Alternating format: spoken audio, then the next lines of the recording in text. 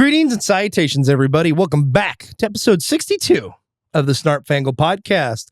I'm your host, Jake Metzger, one of the few men who think the new Zelda movie in development will turn out half decent. And now, the man who likes to bunk in hotels that are labeled men only. Ladies and gentlemen, David Reed. All lies. No. All lies. How are you doing, David? I'm doing good. How you doing this fine evening, morning, or afternoon we're recording at? Something. I'm doing great. Had a wonderful, not to date the podcast, but I had a wonderful Easter. Yeah. And I'm also glad that Easter weekend is now over. Thank God. Because you know what? You being the worship leader at our church and then somebody calling you and taking you away from us on Good Friday service. Oh, yeah. Go at another church to perform. Well, to be fair, I actually called them and said, take me away. I picked up the phone and I said, Calgon, take me away. Well, no, it's like the worship song, Come Away With Me. That's like, basically, it's like, instead of that, it's Take Me Away. But yeah, it was overall, it was a great night, and the team got a chance to do their thing without me there, so it was a win-win. Yeah, definitely. I had a good Easter too. Good hanging out. Had some resurrection tacos, and very delicious. Very good. Fun times hanging out with all the fam. So yeah, delightful. And here we are on this delightful together time to record a podcast. Indeed. For comments, concerns, hate mail, and general thoughts, and why you think Jurassic Park should have won Best Picture over Schindler's List, go ahead. We'll take it. We'll take the opinion. Send them on over to snarpfanglepod@gmail.com. Or you can just text Jake. Wait, Jurassic Park lost out to Schindler's List for Best Picture? Yeah. Which is really funny because I'm not saying Schindler's List was a bad movie, but it's like, as far as movies go, Jurassic Park is way more iconic. Oh, yeah, totally. Absolutely. But, I mean, Schindler's List was like, hey, it's about the Nazis. But and the Jews. And all that, which I get it. But it was like, I feel like in hindsight, Jurassic Park, I think, did more for the craft of film than Schindler's List did. I think you have a very effective argument right there. And it sounds like having Schindler's List win is definitely something the Academy would go for instead of Jurassic Park. Yeah. I mean, Jurassic Park, fantastic movie. I do feel like, I don't know personally. I haven't seen Schindler's List. So I'm out of the conversation for that in terms of comparing them, but yeah, I don't know. I mean, in terms of visual effects, editing, technical work in general, I think there's a lot that Jurassic Park has given us that has lasted the test of time and affect the industry versus something that is Schindler's List. Yeah, and it's still a great story from what I hear and all the other stuff. But. Yeah, the story for sure of Schindler's List is definitely more. It's more serious. It's more moving. It's, it's about, it's based on, from what I understand, it's based on an actual story, like a true story. So I get it that it's more powerful in that sense than a fictional movie about, gene spliced dinos being brought back for fun and profit, Yes. But at the same time, I think as far as the overall craft of filmmaking itself, I think Jurassic Park is more iconic in the long run. Yeah, for sure. I mean, there's a lot of other films out there that I guess you can compare to Schindler's List in terms of gravitas and storytelling and mood, as well as effective portrayal of historical events, that kind of thing, versus Jurassic Park as a summer blockbuster.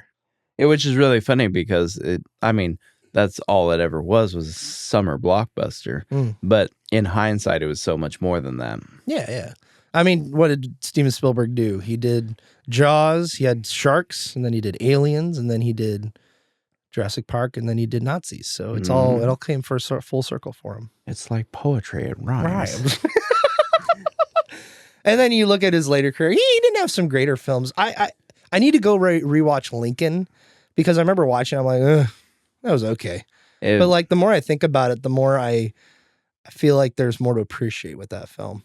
Not as good of a movie as Abraham Lincoln Vampire Hunter. Oh, really?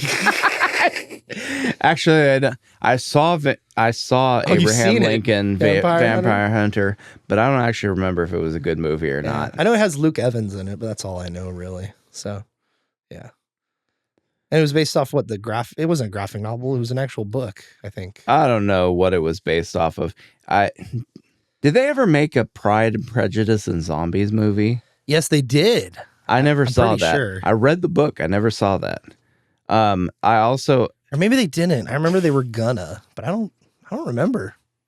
I'm gonna look that up real quick. The Pride and Prejudice and Zombies was so great because it was a masterclass in someone inserting zombies into a classic novel without messing it up. Yeah, they did. 2016. Yeah, I never actually watched that. Oh, Matt Smith was in it? Dang. Does it did it review well? Oof. No. Like I'm just looking at IMDb and Rotten Tomatoes. 47% Rotten Tomatoes. Huh. Like, let me click on that. I want to see what the audience score is. It's a horror action movie. Wow, this looks amazing. Amazingly dumb. Ooh, 45 and 47% on the audience and the reviewers there. That's kind of sad actually, because the novel was really interesting because it was literally Pride and Prejudice changed as little as possible, just enough to insert zombies into the story. Like and make it effective. Yeah. And it was almost like reading something that, like, if Jane Austen had wrote a zombie novel, it was very, very interesting. So, but then again, it's like the idea of a movie being able to do a book like that justice to begin with is kind of a tall order. So I guess I really didn't expect anything different. Just scanning through some of the reviews on Rotten Tomatoes, some people point to it being a female empowerment film and that kind of thing. But a lot of people say it's just dumb fun, which is pretty much exactly what you want out of this kind of thing. But I don't any good. I don't really know what you want out of this kind of thing because it's like Pride and Prejudice Zombies was one of those books you'd like see on the bookshelf at Barnes and Noble and be like, huh, that's kind of funny. And then it sold a bunch of copies basically. Well, yeah, but it was more than that because it was like the way it was written was very interesting because they you try to take a classic novel and insert zombies into the story like 9.99 times out of 10. That's going to come out atrocious. And yet somehow I never read any of the other books by the author. That was kind of their gimmick. But Seth Graham Smith is the name.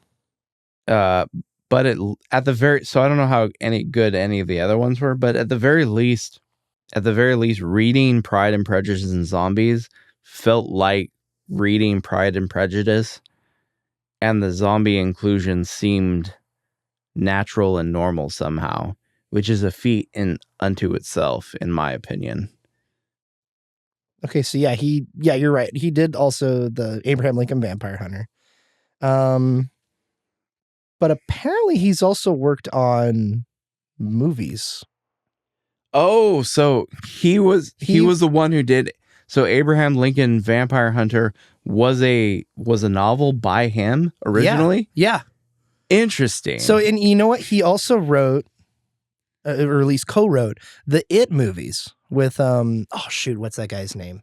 the guy who did Mama with produced by Guillermo del Toro. Are you talking about the newer It movies? Yeah, the newer It movies. So he co-wrote some of those. He co-wrote those. And also he did the Lego Batman movie. Interesting. And okay, I'm excited by this. He's also co-writing the Green Lantern series, the Lanterns series that's coming to HBO, which I'm very excited for. It's got my boy in it.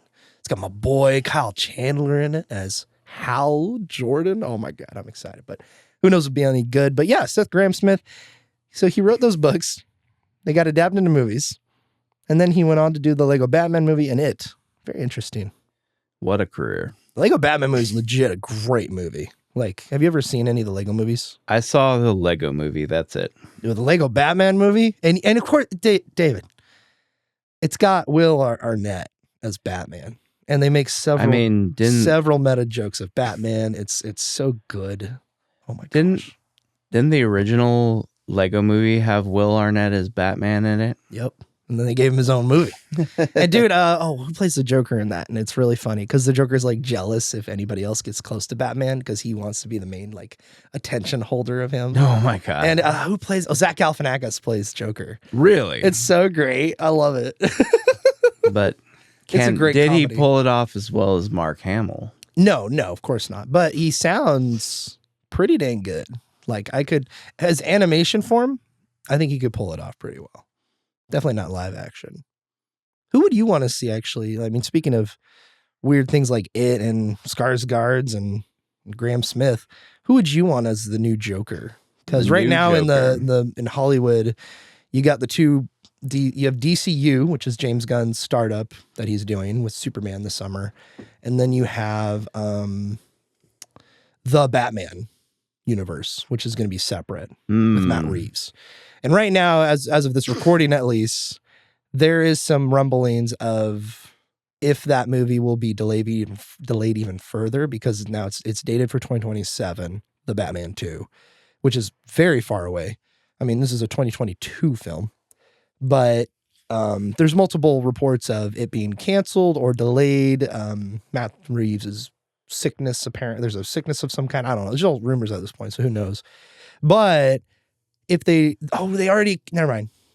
It's a spoiler, but we already know who's playing the Joker in that universe. But in the DCU, who would you want, David? Well, I don't know. I mean, we have, what's his name is Lex Luthor, Mr. Nicholas Holt.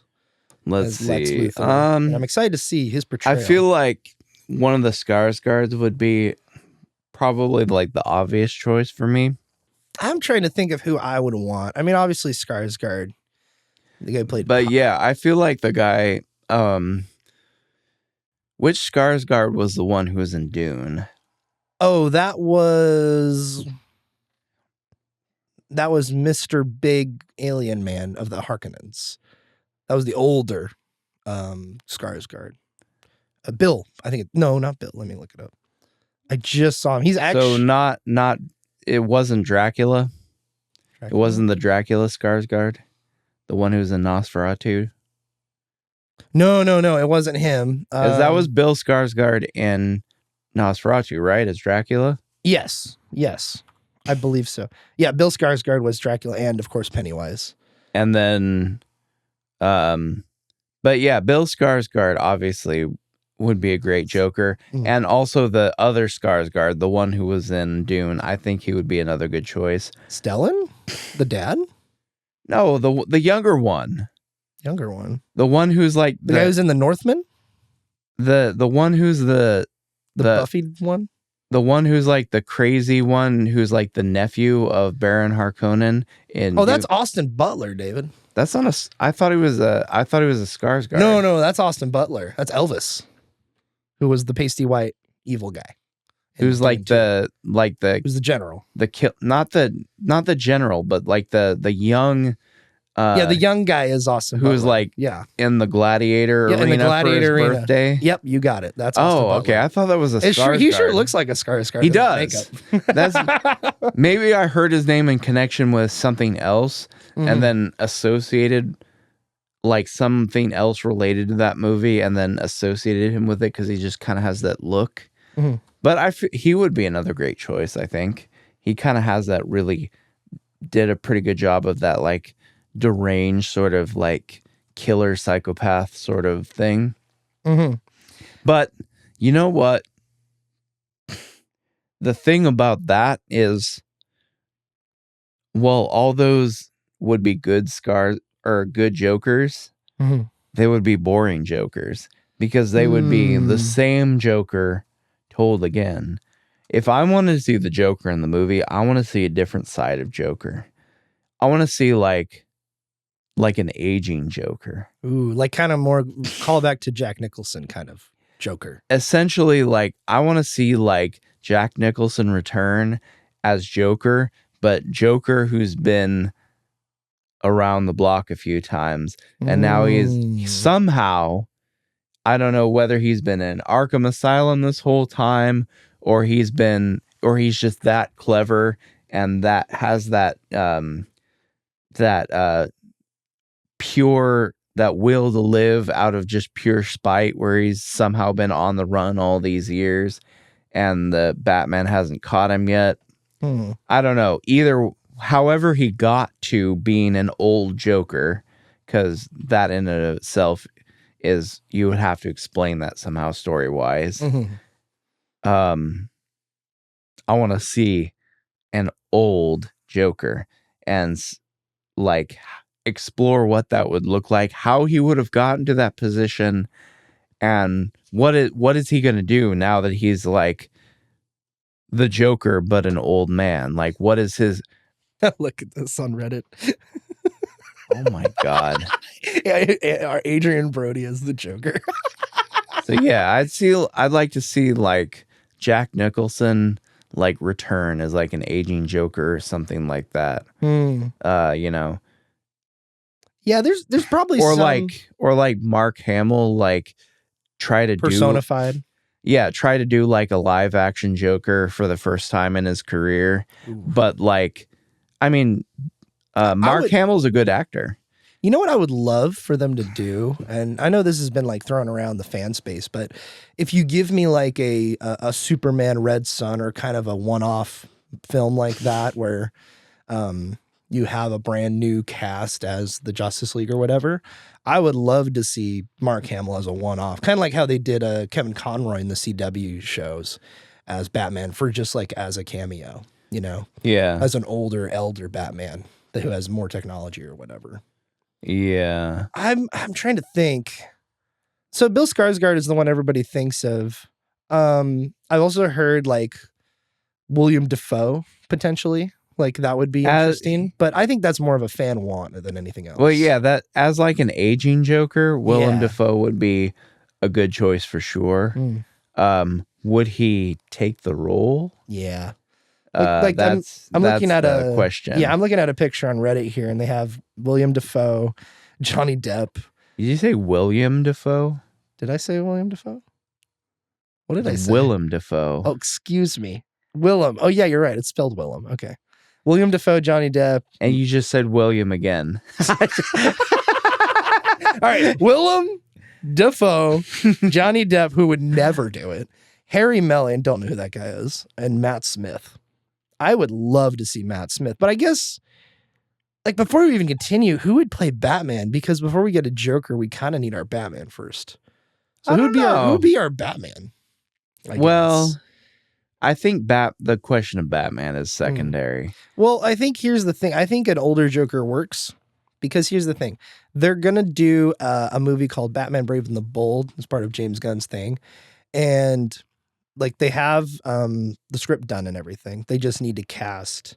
They said it's going to be an older Batman who has Damian Wayne as his protege. And they're going to do the storyline of the Bat family and all that kind of stuff. So it's got to be an older Batman is my thinking. Yeah, like well, maybe a Batman who has a 13-year-old son. Yeah. Like that kind of, like maybe 40s or even up to 50s maybe. There's always the younger, idea of dusting off what's his face again for Batman, Michael Keaton. I would love him in something. Like everybody wants Batman Beyond. Give me that. Because he was Batman he was like a cameo of Batman in like the Flash TV show, right? No, or the movie. The movie. Yeah. So I think casting Michael Keaton as like an aging Batman as like one of the actual stars of the movie and not just a cameo role. I think that would be good. And I mean, maybe that's just my blind Michael Keaton fandom, but I would watch that movie. Have you seen the Ray Nicholson, Jack Nicholson's son, who was in the movie Smile, or at least the second one, I think, Smile 2? I saw a Red Letter Media video on Smile 2, and did they talk about Ray Nicholson at all? I'm curious. They were, as far as I understand. It's been a while. I can't really remember what they said about the movie necessarily, but I think they were dismissive of his performance. I think they were, because I distinctly remember the phrase "nepo baby" being thrown around. Yeah, that's interesting. Yeah. So, but I don't know. It was one of those videos that I was watching, like I was half watching it, you know. So I don't really remember the particulars of it. I just know that's the extent of my exposure to Smile 2. Here's what you do, James Gunn, or whoever ends up directing the Batman, Brave and the Bold. Everybody wants Alan Richardson. I don't think he'd be a good fit, but give me Batman, but do a one-off. It could be The Dark Knight Returns or whatever. It could be an old Batman. Give me old Batman. Give me Michael Keaton and a one-off. And you can incorporate the storyline of Batman Beyond and then tie it into the DCU, but do whatever you want. But give me Michael Keaton, and he has to finally kill the Joker. And it is William Dafoe who plays the Joker in that universe. And he would replace Jack Nicholson as the Joker because it'd be in the same universe. Yeah, I think that'd work. Be cool. That could be cool. So, has Jack Nicholson retired from acting? I don't know, but he looks like he just don't care what he looked like no more. You know, he's in his 80s, I think now. So, no, he's in his 70s still. Yeah, I don't know how old he is actually. You see him at basketball games every once in a while, and he's like, "Hey, I'm here, and I didn't shave this morning." You know. Yeah, I think if he was up for the role, I think Jack Nicholson could reprise his Joker, do like an aging, elderly version of his performance in the OG, the Tim Burton Batman. Yeah, that'd be cool. Because that was like, I mean, everyone talks about Heath Ledger, and of course Heath Ledger was like well-earned praise, of course. But Heath Ledger aside, Jack Nicholson's performance in the Tim Burton Batman was pretty darn iconic. That's pretty good. He was more iconic than Gene Hackman as Lex Luthor, but I love Gene Hackman as Lex Luthor, especially in the first Superman. Like, I don't know what it is, but there's just something about his performance. Like, you just love that guy. He's so good. And speaking of Gene Hackman, you ready, David? Oh, yeah. Let's do it. All right, ladies and gentlemen, welcome. Nearly 24 minutes in, and we're going to be doing our another episode of our 2-film series of the Snarp Fangle saga. And David, what is our 2-film subject? Where we take, what is it this week? It's usually where we take one film we're familiar with, and maybe one we're not, one that's popular, one that's not so much, and we pair them together around a certain theme. What's the theme this week, David? So the theme is 2 thrillers from the year 1993. Ooh, 2 93 thrillers. We got The Firm and we got The Fugitive. Yeah, baby. Oh, man, it's going to be good. So our first one is The Firm. So let's just hop right into it. Mitch McDeere, a newly married man and graduate of Harvard Law School, starts a job working at a law firm in Memphis, Tennessee. He starts to realize, though, that this firm isn't quite all that it seems to be.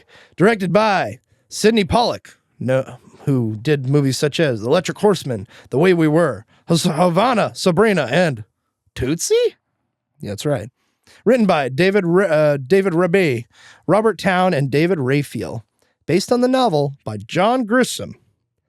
Starring Tom Cruise, Gene Triplehorn, Gene Hackman, Hal Holbrook, Wilford Brimley, Ed Harris, Holly Hunter, David Stratham, and of course, Gary Busey. Man, this movie has a Got everybody in it. star-studded cast. Everyone's in this if there movie. ever was one. So many folks. And of course, an original score by Dave Grusin. Craziness. So cool. A budget of $42 million, and the box office was a whopping $270 and a runtime of 2 hours and 34 minutes. David, what are our general thoughts of The Firm, and why would we recommend it or not? First off, great movie. It's kind of a slow starter, but like the character work is so good in the movie. Like you're just Tom Cruise, just kind of draws you. He had a certain something back in the early 90s.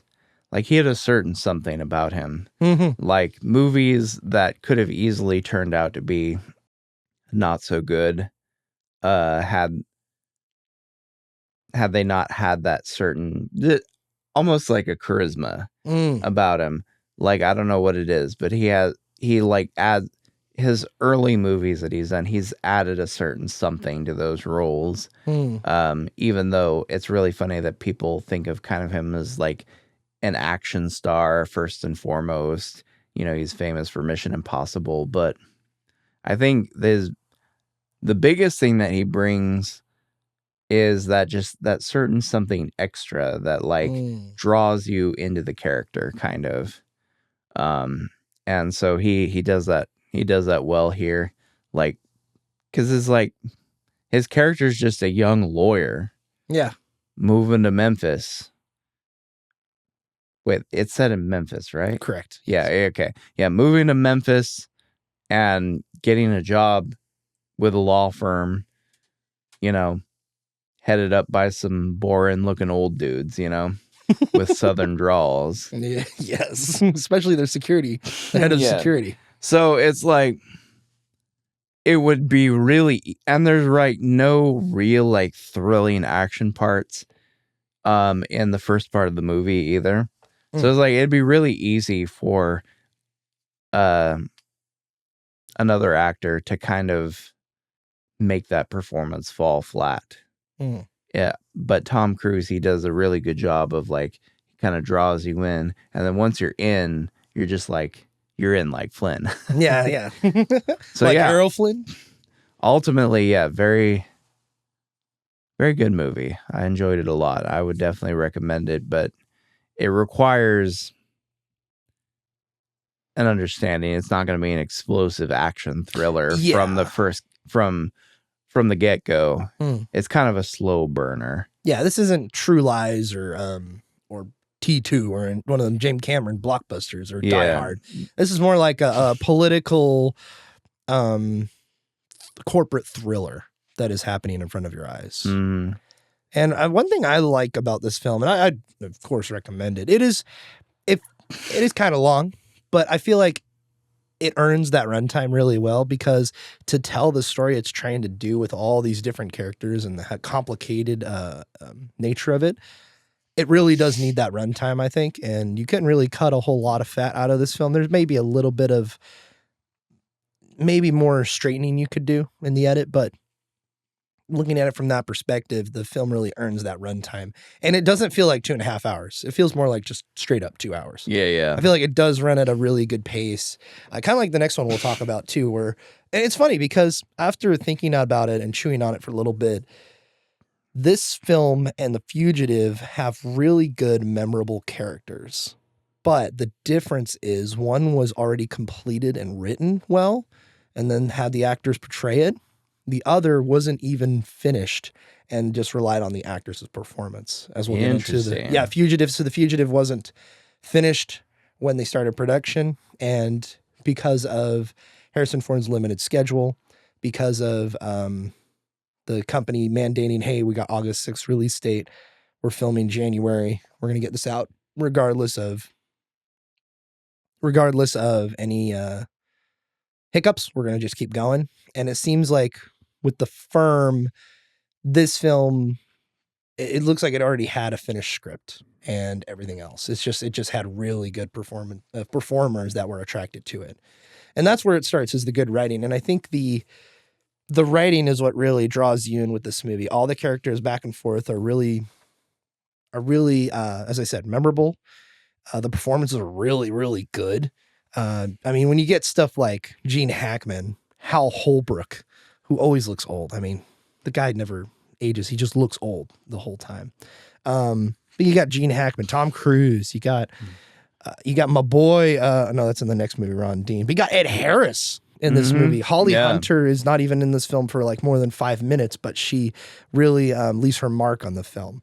You got Wilford Brimley in there, who's just awesome. Like, you never really see him play a bad guy, and he's a straight up bad guy in this film. And that's what I always look for in films that are memorable is the characters, and they really shine for me. And this film really makes me appreciate that, and also achieves that goal for myself, like looking for that. But in terms of just a story, it's also a really cool story about corrupt corporate stuff, as well as the mob, politics, the government. It's really interesting. And also the relationships, like the relationship between Tom Cruise, or let's see, what's his name? It's Mitch McDeere, him and his wife. Really, really well done. As well as the relationship between Gene Hackman and him, as well as Gene Hackman's relationship with, or non-really relationship with his wife. But it's like really, it pulls you in really well, is how it. Also, I don't think I've seen any other films that Sidney Pollack has done who directed this, but the fact that he did Tootsie is really interesting to me. Yeah, I've never seen that. So. Yeah, Sabrina's a Harrison Ford film that my parents would watch often, but other than that, I don't know any of his other work, The Electric Horseman being one of them. But it sounds like he didn't really do anything quite as iconic as The Firm, which is kind of interesting because The Firm isn't all that iconic of a movie to begin with. Yeah, I think probably The Electric Horseman is that big one. He worked with Robert Redford a lot, which was in The Electric Horseman, and The Way We Were, which was a Robert Redford and Barbra Streisand love movie, romance movie. Interesting. It's like some interesting stuff. I was watching the trailers of some of these movies, and they seem like an interesting watch. And that's also where his relationship with Wilford Brimley came from, which is also in The Electric Horseman, which is about a rodeo guy. So, but yeah, man, this movie, like, we'll dive into specific scenes as we go along, but in terms of general thoughts, highly, highly recommended. It does give that edge of seat feeling that these films both succeed in that edge of your seat feeling. In this, it's more of how the heck is he going to get out of this? Well, actually, I guess both would do that. But yeah. I guess this film, to separate the two, would be, I don't see how this guy, like in The Fugitive, you can see how he gets out of it alive. But in this, you don't really know until the 11th hour how he's going to get out of here and how thorough he's planned out this whole thing he's enacting in the end of the film. Yeah. And also, too, it's like the setup for this film is way slower. Yeah. So it's like the situation that he's in, you've seen it develop. Yeah. From him simply applying for a job at this firm and moving him and his wife, his family, to a new city. And then you see just little things. Yeah. Little things pop up that make you go, that's interesting. And then some information starts to come out and you're like, oh, he's got himself into some hot water. But then it just keeps on building. Yep. Like more pieces come in. And by the time this movie actually ramps up, yeah, like you're like, oh, this dude's screwed. Yeah. Once Gary Busey comes into the mix and what happens to Gary Busey's character, then it's like, oh, it's on. How are we going to get out of this whole mess we're in? You know? And there's some elements too in this film that I really like, in the sense of it's about big law firm lawyers, white collar folks. And also it also incorporates very well the average blue collar worker. And I'm going to bring up that later as we go into the trivia. But it's really interesting to see that side of it as well. Like you get the white collar perspective, you get the government perspective, you get the blue collar perspective. It's really fascinating the way they incorporate all of these things. And as the more pieces come in, and it's really a film you have to pay attention to because there's so many little things that you will miss. Like in the very beginning of the film, when he is offered the job at the law firm, you find out that everybody wanted to hire Tom Cruise, but the firm specifically matched the highest bidder and added 20%, as well as offered all this other stuff. And you find out why. I mean, he's a good lawyer apparently, but you also find out there's a reason why they offer people so much. So it's really cool to, that's one of the first piece you see that gets built upon, the first factor that gets thrown into it, as well as the relationship with his wife and the tension there and the really well-handled relationship and chemistry between Gene Triplehorn and Tom Cruise as well. And I thought their relationship as well was very endearing, I think, throughout the entire film. And it was cool to see like the lengths they will go for each other, even though they're not aware of what the other is doing. Really cool stuff. So yeah, I'd highly recommend it. Go seek it out. And as we get into it deeper, I'd like to talk about specifically about like the ending, how it's resolved, as well as some cool elements as well between characters. But before we get into that, David, and we get into the trivia, I do want to bring up the music because when we were watching it, you asked me, what is this like a different cut of the film, like a director's cut or something? Because I don't remember this piano music as we're starting to watch the film. And I'm like, no, this is how it is. This is how it is. And then as we're watching it, just the piano music and the jazz of it all keeps going forward. But I wanted to get your perspective on this. How did it affect you, and what did you think overall of the jazziness of the soundtrack? Yeah. So it's a very interesting choice. It's not necessarily something that it was typical of the era. No. Of like thriller movies having like jazzy piano soundtracks. But yet at the same time, it feels like a product of its time somehow. So it's very strange. It's a very weird feeling that the music gives, but it's very distinctive and it's good too. It works. It's a little off-putting at first, I think, but overall it definitely works. Yeah, once you get settled into the film really, you kind of embrace that piano as it's playing, especially when you get the scenes with him and his wife, especially as you get the more craziness of it all as you get through it and the tension that's building. But I think that overall, I was looking that up. It seems like Sidney Pollack was really inspired by the setting of the film, like specifically in Memphis, Tennessee.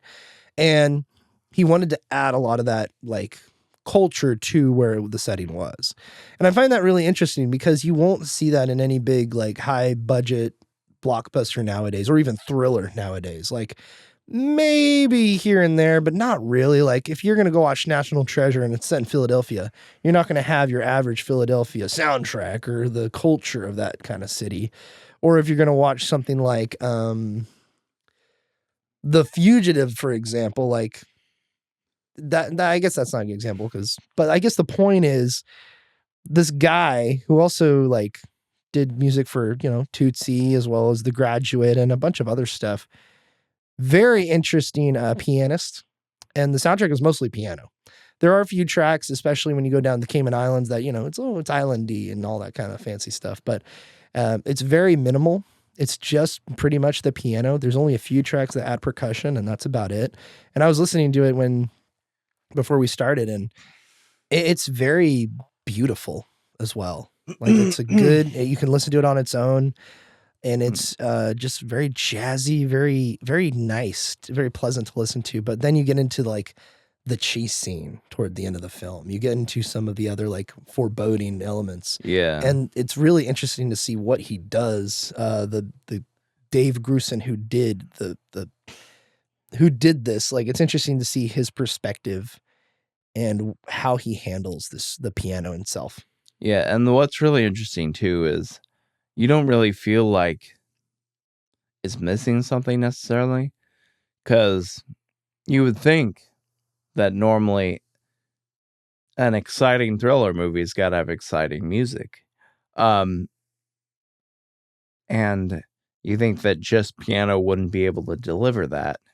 And yet it does. Yeah. Like some of the more jaunty tunes in the movie are not like you wouldn't associate those with a thriller type movie. But when the action ramps up and things get tense, like the music is appropriate. It doesn't stay jaunty through the whole movie, you know? Yeah, it's really interesting. So this guy got his start on doing old Wild West films or series, as well as the show Gidget, which is really awesome. Like also just a bunch of stuff in the 60s, and then he goes into the 70s, and that's where he starts his relationship with the director Sidney Pollack on the Electric Horseman. He also did Tootsie's soundtrack, as well as like stuff like Tequila Sunrise and the Goonies. Yeah, very interesting. Yeah. You know what this kind of reminded me of, which is weird because the thing it reminded me of is way more modern. Mm-hmm. So I wonder if it was like inspired by it at all, but I don't know, maybe not. Is the music in Tears of the Kingdom? Ooh. Like there's definitely some epic orchestral scores in that game, but like a lot of the like in the field music is very like piano and then some minimal other instrumentation, but it's mostly like these little piano motifs scattered throughout the different scenarios and encounters that you have in the game. Like, and of course there's the epic like boss fight scores and all that, the epic cutscene scores. Yeah. But like the minute by minute of the game where you're just traversing the world and encountering things is all, most of that is all like this kind of almost jaunty kind of piano stuff.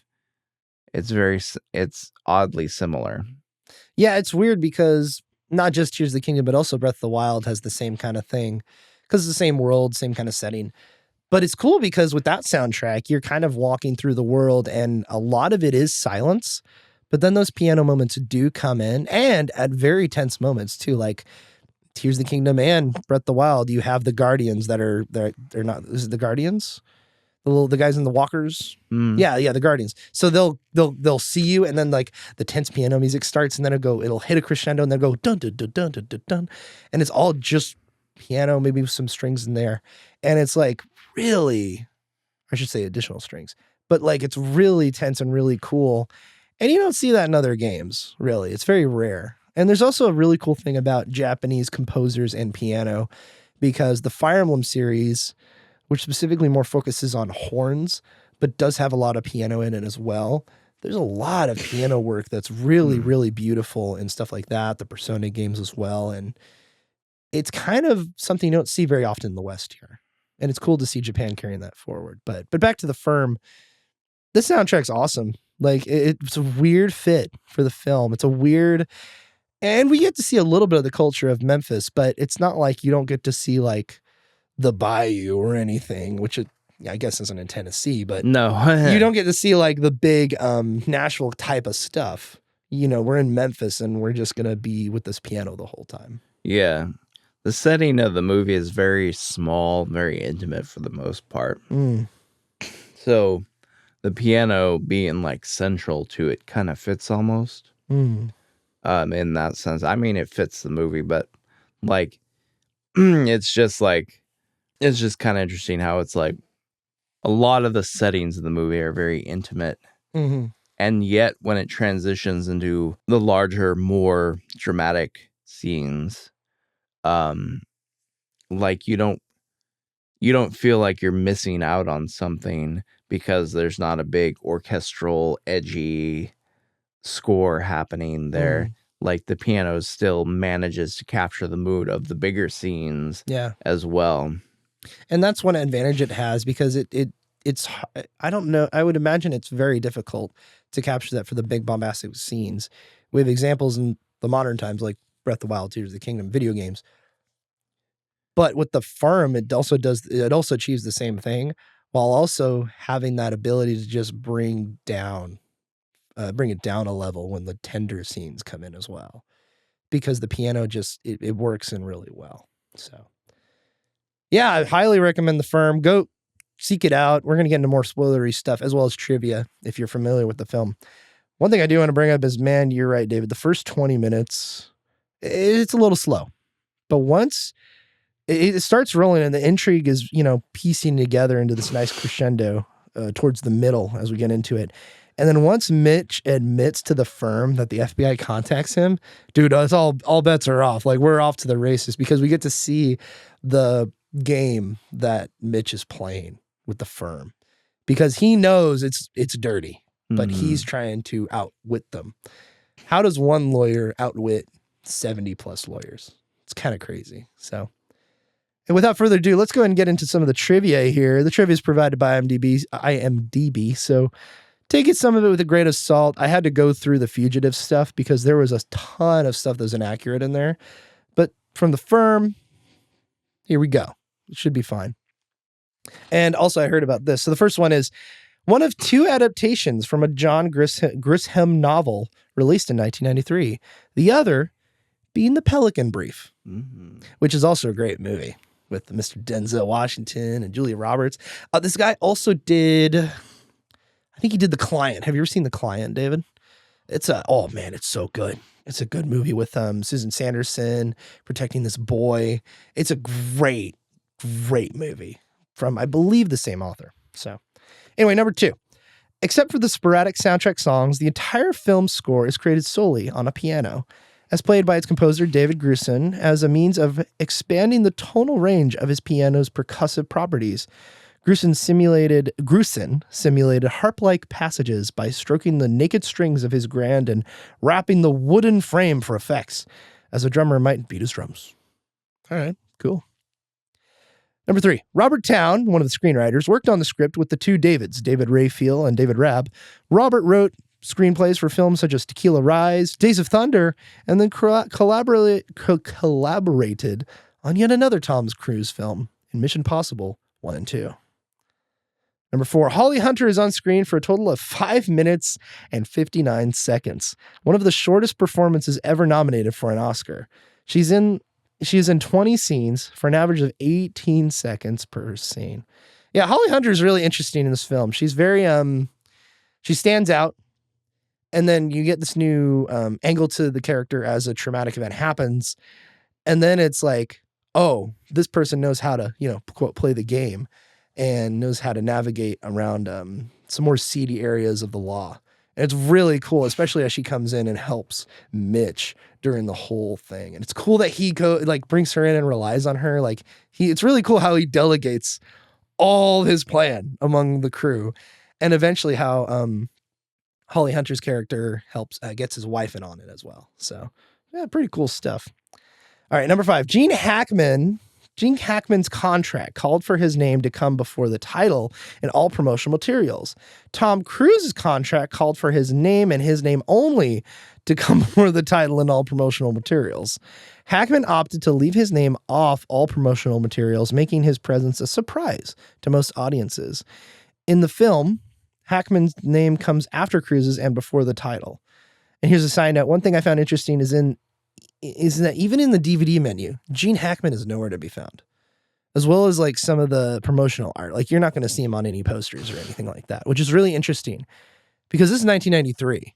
The year prior to this, Gene Hackman won Best Actor for Unforgiven, I believe, or some kind of film like that. And I think that was interesting how he's like, no, let Tom have it and I'll just be on this one thing or whatever. And then you imagine you go see this in 93 and you're like, it says Gene Hackman's in it. Is he in it? And then boom, he's in there the first 15 minutes. You're like, oh my God, it's Gene Hackman. I love that guy. That's Lex Luthor. But anyway, Michael Rooker was considered for the role of Eddie Lummox, Gary Busey's character. That would have been interesting. Yeah. So Number 7, the seaplane in the film belongs to Bill Booth, who played the seaplane pilot. He and Tom Cruise met while Cruise was learning to skydive, and Booth owns the largest manufacturer of parachute containers. I'm sure that comes in really handy, especially as Cruise gets further in his career, especially when the more crazy films from Mission Impossible come into play. Number 8, the $96,000 offered to Mitch McDear to join the firm in this 1993 film is equivalent to $103,000 in 2022 dollars. And the $750,000 that is sent to his account equals to $1.5 million today. All right, Sidney Pollack does have a cameo in this film as the prison guard voice over the intercom when Mitch's brother, Ray, is guided out of the prison. Number 10, the first of 3 adapted John Grisham novels that Gene Hackman would star in. The others were The Chamber and The Runaway Jury. Number 11, one of director Sidney Pollack's original intentions was to have Mitch McDear have an affair with Avery Taylor. Now, of course, this is a male character, but continuing on, the character was to be changed into a woman and to be played by Meryl Streep. That's weird to me. What do you think of that, David? Like, it just sounds kind of cliche to me. Yeah, I don't know. That's like, as in, like Gene Hackman's character would be changed to a woman and Meryl Streep would play her. Oh, okay, I see. Yeah. And then so Tom Cruise would have had an affair with Meryl Streep. Yeah. In the film. Doesn't sound like a right fit to me. Yeah, that would have been weird. Yeah. I'm glad they didn't do that. That would have been weird. Although, yeah. The only thing is, I guess that would have given more setup to the whole affair storyline. True. Because one of my problems with the film is the affair thing comes out of nowhere. Yeah. And it's just like, really? You just, really? That's not something I see this character doing. And then later on, you know, Gene Hackman's character tells the wife that, that affair was a setup by the firm. You know? Yeah, he does reveal it to her, yeah. As if that absolves Tom Cruise's character of all guilt. Yeah. It was a setup. That's why it happened. It's like, wait, what? Yeah. No, it's like Tom Cruise still chose to do that. Still chose to do it. And it's just like, it's weird to me because it kind of comes out of nowhere. Like, this is this character who he kind of connects with very briefly in a not particularly like deep way. Yeah. It's just a very shallow, like fling, meaningless fling. And it's like everything, it conflicts with everything else that Tom Cruise's character seems to stand for. It's like it's almost like they needed him to have an affair. They needed him to cheat on his wife. And so they just wrote it in because they just, story-wise, they just needed that to happen for whatever reason. And they're like, we don't care how to justify it. We just got to write it into the story somehow. Yeah, I mean, there's definitely worse ways they could have done it. Like, he just goes off with one of the chicks that he was dancing with at the bar. But no, he runs off. He's like, no, I'm going to go to bed. Like, see y'all later. Like, and you could tell, like, the look on Avery's face, the look on the women's face there that, he's leaving. So there's not much we can do here. And then, like, and even watching this the second time, the part where the woman seems to be roughed up on the beach doesn't look like that at all. Like, if you I watched, this is my second time watching it, and it's very clearly a setup. Like, looks like they're like, okay, quick, grab somebody and do it and pretend it looks rough, and then it's really not well done. But I mean, I guess there's worse ways they could have done it, but I'm trying to think of a better way they could have. Because that is a big tension moment for Tom Cruise, but only for like 10 minutes of the film. And then he tells his wife about it. And then that creates the tension more between him and her, and this whole situation. It complicates things. So it makes me confused because also the whole thing with Gene Hackman and her, like obviously she only goes to it because it's the part of the plan for her and Holly Hunter to, help Mitch out. But I don't know. Is there like a solution? They could have done a different avenue. They could have gone maybe. What do you think? Yeah, I don't know. I don't really know. It feels like they did it because they had to. I'm sure it was in the novel. Like throughout this thing, I don't think I read anywhere that it was added. Like it was, it wasn't. It was definitely in there originally. So maybe that's one of the. I mean, it could be that the novel has some extra characterization and character development that sort of explains how this whole affair came to be. Mm-hmm. The movie does not. No. I mean, I guess the fact that it happens in the first place is kind of puzzling. And you just kind of have to accept it and just kind of like basically move past it and just like enjoy the rest of the movie because it doesn't really, there's no real satisfying way to resolve this that I can think of. Yeah, I can't think of anything either. I don't know of any other way you could have built tension between him and the wife. Yeah, the only thing is like you would have had to have done some extra character work in order to make this affair seem believable. And when the movie is already 2.5 hours long, I can see why they didn't do that. Yeah, exactly. This movie's already long enough. However, I will say that I think this adds more to his character in the sense of, oh, well, he's not a perfect person and he's succumbing to, he's got a lot of money now.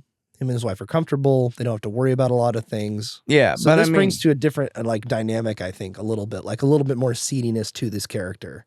Like he's not perfect, obviously. Well, I mean, he's not perfect regardless. Yeah. But it's like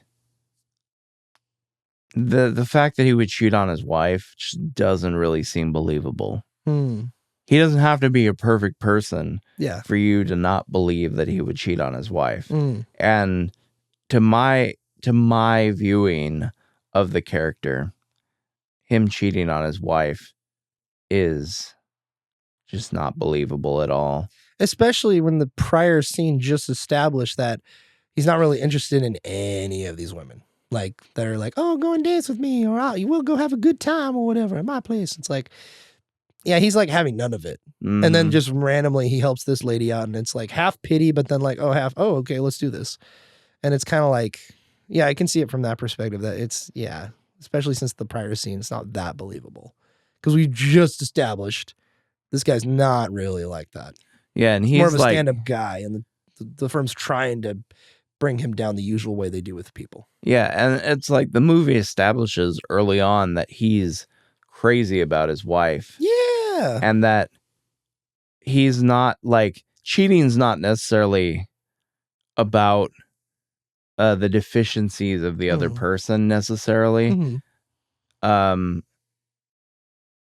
the movie does explore some like insecurities of his character. But they just don't seem like the kind of insecurities that would drive a man to cheat on his wife. Yeah. There could have been something else differently they could have done to be more effective. But I guess to do that, you would have to bring in more characters, like more of his family or her family or something, Maybe it could have been like, oh, the brother told him, hey, me and your wife had a relationship before your marriage or something. Like, I guess something like that. But even then, it wouldn't really work. So, I don't know. But, The only thing I could think of is like have the wife do something that really, really upsets him just before he leaves. And then he kind of like has this sort of moment where he like convinces himself that he deserves to have a little fun while he's out or something, because what she did was bad. But then you'd have to make sure that whatever she did to provoke that reaction was believable, that her character would do something like that. Yeah, because the contrast we get with her character and later in the film with Gene Hackman, and it's all her just trying to do it because she loves Mitch. And even if she, has to like sleep with Avery or whatever to do this, to get this plan accomplished, like she's willing to do that for the love of her husband, honestly. And that comes into a moral conundrum too. But the fact is she's willing to go above and beyond to make sure her husband and her lives are saved, and potential future children, because this is going to affect them as well. So it's like, it seems like she's more like, hey, like we're in this together, versus him is, oh, I wanted to do this for you and this life for you. And she's like, no, I didn't even ask for that. I just wanted to live my life with you. And I can see that when I connect with that kind of perspective he has, like as a man, we want to provide. But as you get more mature and you grow and find out more about yourself, it's more of you married this person for a reason. So what is that reason? Not just to provide, but to live with, So anyway, we can go on about it. But speaking of the wife, Robin Wright was originally offered, but then turned down the part of Gene that Gene Triplehorn took. So I'm glad because I don't think Robin Wright could have been. I feel like speaking on her character, Gene Triplehorn really does bring a tenderness to this role that I don't think Robin Wright. Not saying she could have, but she would have brought. Because I don't know why. I've never heard of this actress who plays his wife in the film, but she does a really good job. And I feel like she does bring a more innocence to the role than anything. And she's justifiably bad in every form from all the mistakes that Mitch does make. So I don't know. So anyway, moving on. Number 13, Mitch's computer is a LC2, which was the most popular Mac of its day, with a demographic that skewed quite notably towards users with higher incomes and higher levels of education.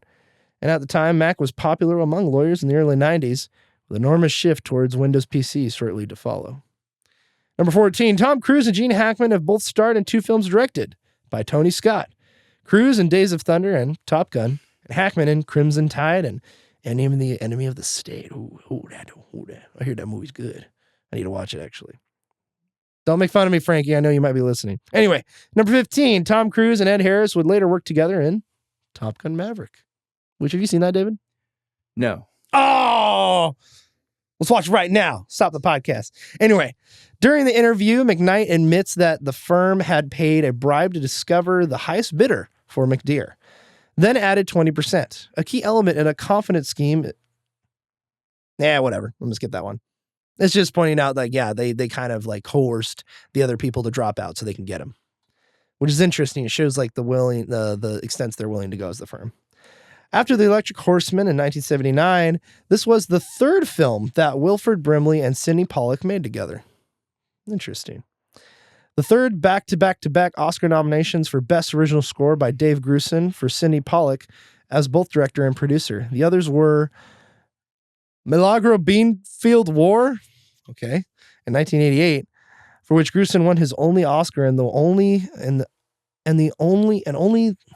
man, IMDb is terrible. Anyway, he made some films with Sidney Pollack and they won some awards. Great job, guys. Stephen Hill, FBI director in the film, had played the original lead character in the Mission Impossible series in 1966, which Tom Cruise later appeared in the films. Pretty cool. All right, David, let's wrap up our thoughts on the firm. I do want to bring up the quotes real quick. The quotes are so good. So I'm going to say one, and then I'll let you do the Wilford Brimley one. But yeah, here's the one where Mitch and Avery are talking at the dinner. They say, "What led you to law school? So far back, I don't think I can remember." He's like, "Sure you can, counselor." "Well, I used to caddy for lawyers and their wives on summer weekends. I looked at those long tan legs and just knew I had to be a lawyer." The wives had long tan legs as well. Dude, some of the dialogue in this movie is awesome. That's so funny. Yeah, I forgot about that. A little line. out of pocket too for a lot of these. Yeah. It's just one of those things that just kind of hits you like, wait, what? Yeah, wait, huh? What did you say that? You just have to laugh. Because it's just the comedic timing is so perfect. It's great. I don't know if it was intentional or not. I don't know. But it's so funny. And then, of course, you have Wilford Brimley. God. Set up the scene first. What's the scene? Okay, so you have Avery, Gene Hackman's character, and I can't remember the actor's name. Oh yeah. So they're having the senior meeting. partner and Wilford Brimley all having a meeting. Yeah. And they're talking about Mitch, yeah. Yeah, they're talking about Mitch, and Gene Hackman brings up something about Mitch, and Wilford Brimley says, "I know," and so then Gene Hackman asks, "How do you know that?" And to which Wilford Brimley responds, "Who do you think I am around here? The night watchman?" It's like, what the heck? Yeah, it's just Wilford Brimley is just so offended by him asking that. Oh, dang, Wilford Brimley can cuss? Oh. And then you have later... Oh, God, yeah. Later, you have Wilford Brimley pulls up in a car and gets out, kind of intercepts Tom Cruise walking along the street and says... This is right after Tom Cruise spills the beans about the government. Yeah, the government, yeah. Approaching him. And Wilford Brimley's like, "Can we talk for a little bit?" And, of course, Tom Cruise is like, "Dude, I already told everything I know to them." And, Wilford Brimley's like, no, come on, we need to talk. Get in. It won't take long. And so Tom Cruise obliges, and they go to some very remote spot, some wilderness location, like a wetland or something. And that's when Wilford Brimley drops the photos of the affair that Tom Cruise had with the girl on the island. Far away on the Caymans. And he, insinuates that how awful it would be if one day Tom Cruise's wife goes to check her mail and sees those photos in the mailbox. And he describes the things that she would see if she opens up the envelope in the photos and says the phrase, "all sorts of intimate acts, oral and other stuff." Oral and whatnot. That's what it is. Oral and whatnot. And whatnot. It's like, what? Oh my God. It's just Wilford. Like and then also when he's first going to Eddie's office, like the private investigator, after the government tells him, "Hey, you're working for a dirty firm," he goes to Eddie and his brother, but it's back-to-back scenes where he goes to Gary Busey's character, and we also get introduced to Holly Hunter. And anyway, Eddie is just a sleazeball, and he's great. And Gary Busey's awesome. And then he's like, "Whoa, that's my," and he's like, as the secretary brings them coffee, and then she leaves, and he's like, "Whoa, that's my secretary. She's terrific. She got a nutcase for a husband. He's a truck driver. He moved here to be close to Graceland. Reason why? Why, you may ask? He thinks he's Elvis. And what do you think his name is? It's Elvis. Elvis Aaron Hempfield. I'll run across strange things on this job. Some things you would never spray paint on an overpass." It's like, wait, what? Like, let's rewind that. What did he say? Like, it's so good. Like, it's so funny because it seems like this was a really well-made script, but it has little moments. Yeah, just like this such off-the-wall dialogue that you would never expect. And it's like, what? And I almost think it had to be intentional because it always comes in moments where you're just like, you never see it coming. Yeah. You're just like, wait, what did they say? Like, to get Wilford Brimley to deliver the line, "Yeah, we blackmail people, with stuff like oral and whatnot." It's like, what? Oh my God. So And one thing I love, that's one thing I love about this movie. It's just like you get those out of pocket stuff, but then you just boom, right back to the serious stuff. And the scene's trying to be serious. It's not trying to be funny at all. But it's just so out of pocket. It's like, wait, what?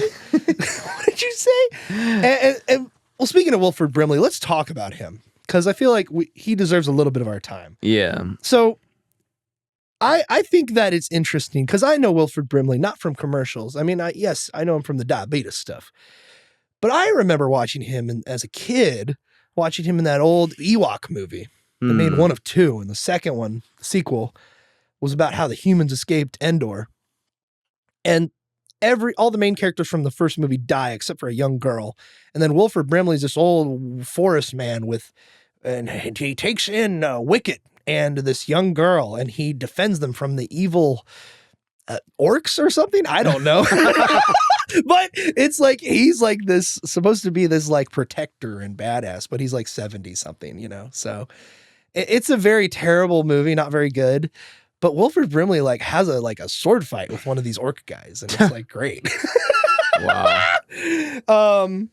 So that's what I know him from. But to see him in this and to drop the F-bomb too is really it's kind of cathartic almost. Yeah. See, like I always knew that he was darker side to him. Well, like I knew that he was the bad guy in this movie, even though I'd never seen this movie. Like I knew a little bit about it just through osmosis. I don't know where I heard about it from, but I knew about it. And so I knew he was the bad guy. He was the guy. He was responsible for offing all the ne'er-do-wells who dare leave the firm. So I knew that, but I was just not prepared to hear him like drop the F-bomb and then talk about oral and whatnot. It was just not prepared for that. Yeah. And like his swagger that he has in this film is just awesome. Like this old grumpy old man. And he's like, you better behave and I'm going to get him. And he's like, God damn it. And just like, I love it. And like, just let Wilford Brimley scream at people and spout epithets at people like for an hour. I'd watch. I'd pay money for that. It's a shame that we lost him when we did, because I feel like get him in a Quentin Tarantino movie. Oh yeah, I feel like it's over. Yeah, I feel like he should have had his day in a Tarantino movie, or even like a Martin Scorsese. Yeah, film. just to utterly let loose. That would have been funny. That was so great.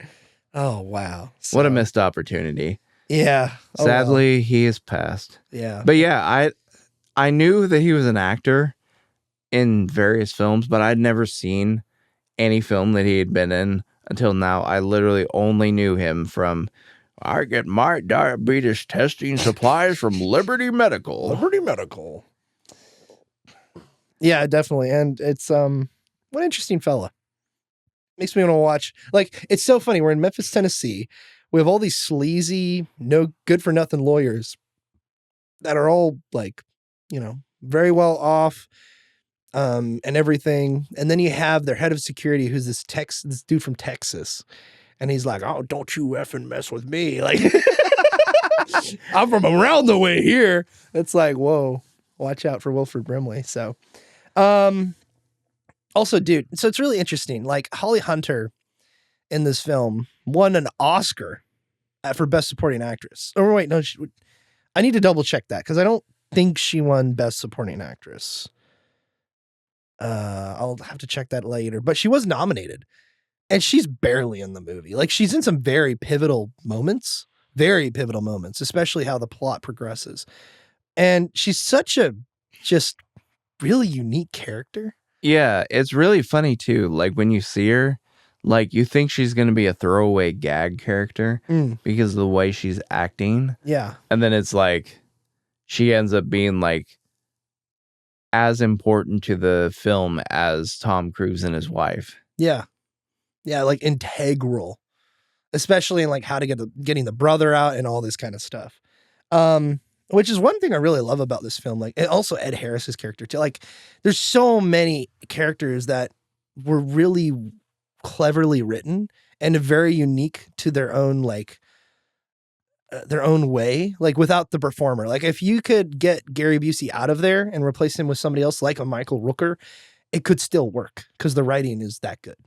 But I think Gary Busey brings this like just this sleazeballness to the whole thing. And Ed Harris brings this like this hard tack down ironclad person who's this agent. And still, even them missing. I think Holly Hunter is the exception here because she does add so much panache to her role and she makes it count in every scene she's in. Also, like the writing just helps so much in the scenario with great actors and great writing.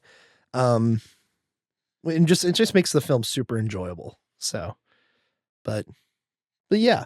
Also, Gene Hackman, what an actor, dude. That guy, like I know he passed away this last year, but dang, like what a performer, dude. Like I still never seen stuff like Unforgiven or what's the one he did with Michael Rooker where he was the cop in the South. I can't remember what it's called, but it came out early 90s or late 80s.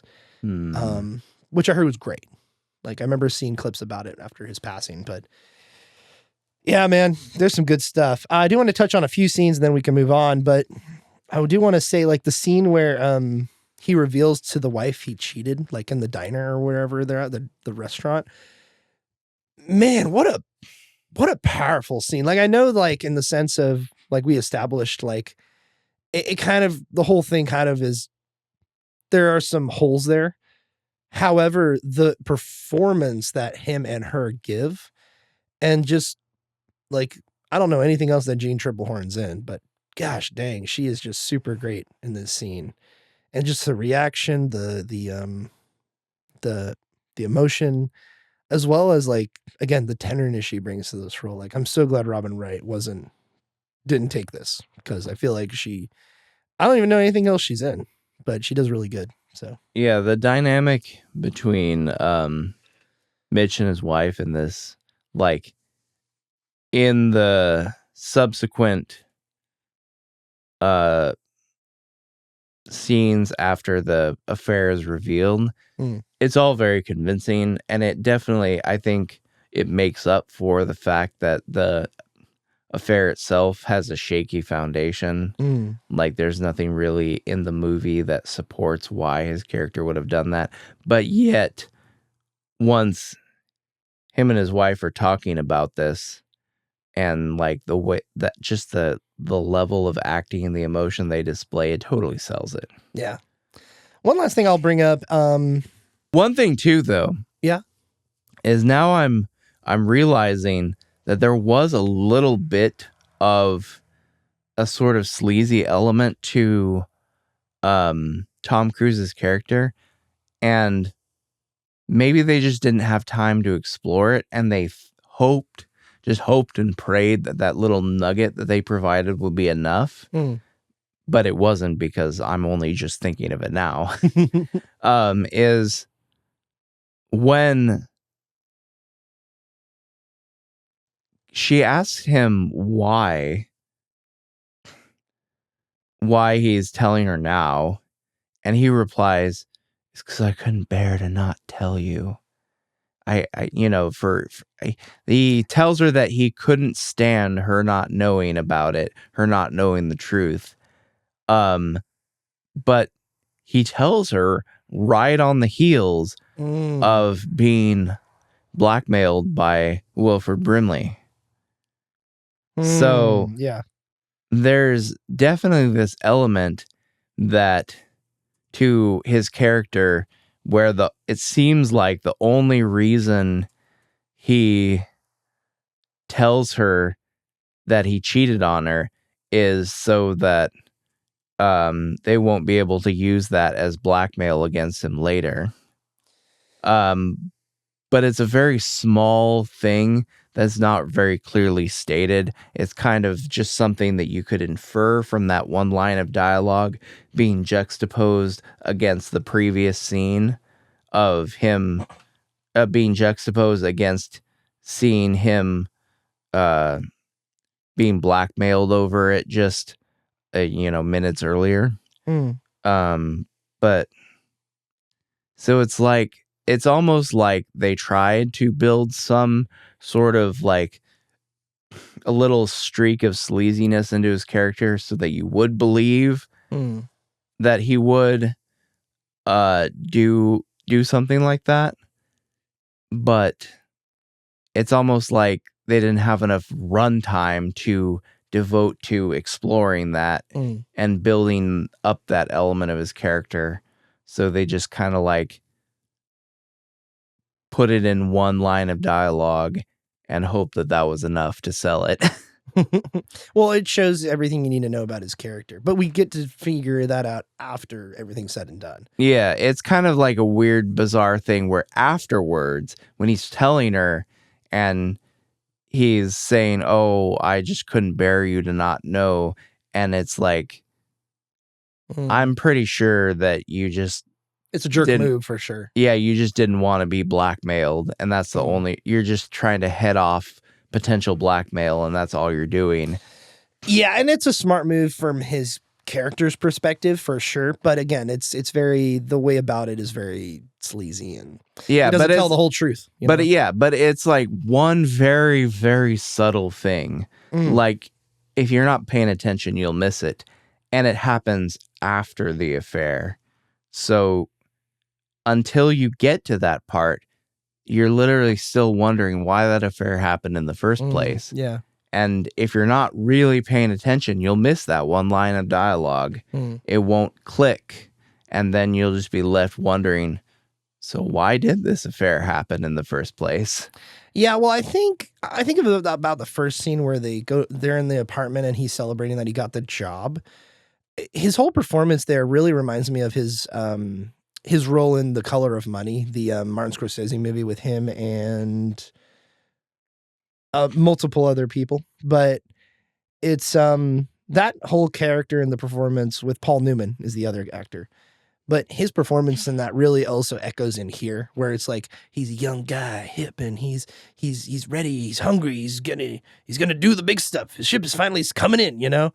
But he's also acting like, yeah, I'm a cool hip guy, and I'm all this and all that, basically. Well, I mean, to be honest, I feel like just through the body language, like I feel like he comes off as young and cocky. Yeah, but also he has a very earnest, caring streak. Yeah, that's true. Like, yeah. And he's not thoughtless in his actions. Yeah. Well, like even him doing the flips with the young boy on the street. Like, oh, he's just, you know, like he's a caring guy. Has like some goofiness to him. He has some. He's young and cocky, but he's not a thoughtless character. Yeah. He's very conscientious in his actions. So, like, it's just not believable to me that he would allow himself to get caught up in a moment and do something that he regrets later on. Not that he's perfect, but if he's going to screw up, his character is going to screw up. It's going to be in a different way than just being caught up in a moment of passion and, you know, not being able to stop himself, kind of a thing. Like, he just seems too... He seems too well thought out. Yeah, his motivations are too well thought out for for him to fall prey to that sort of thing. Yeah, I could see that.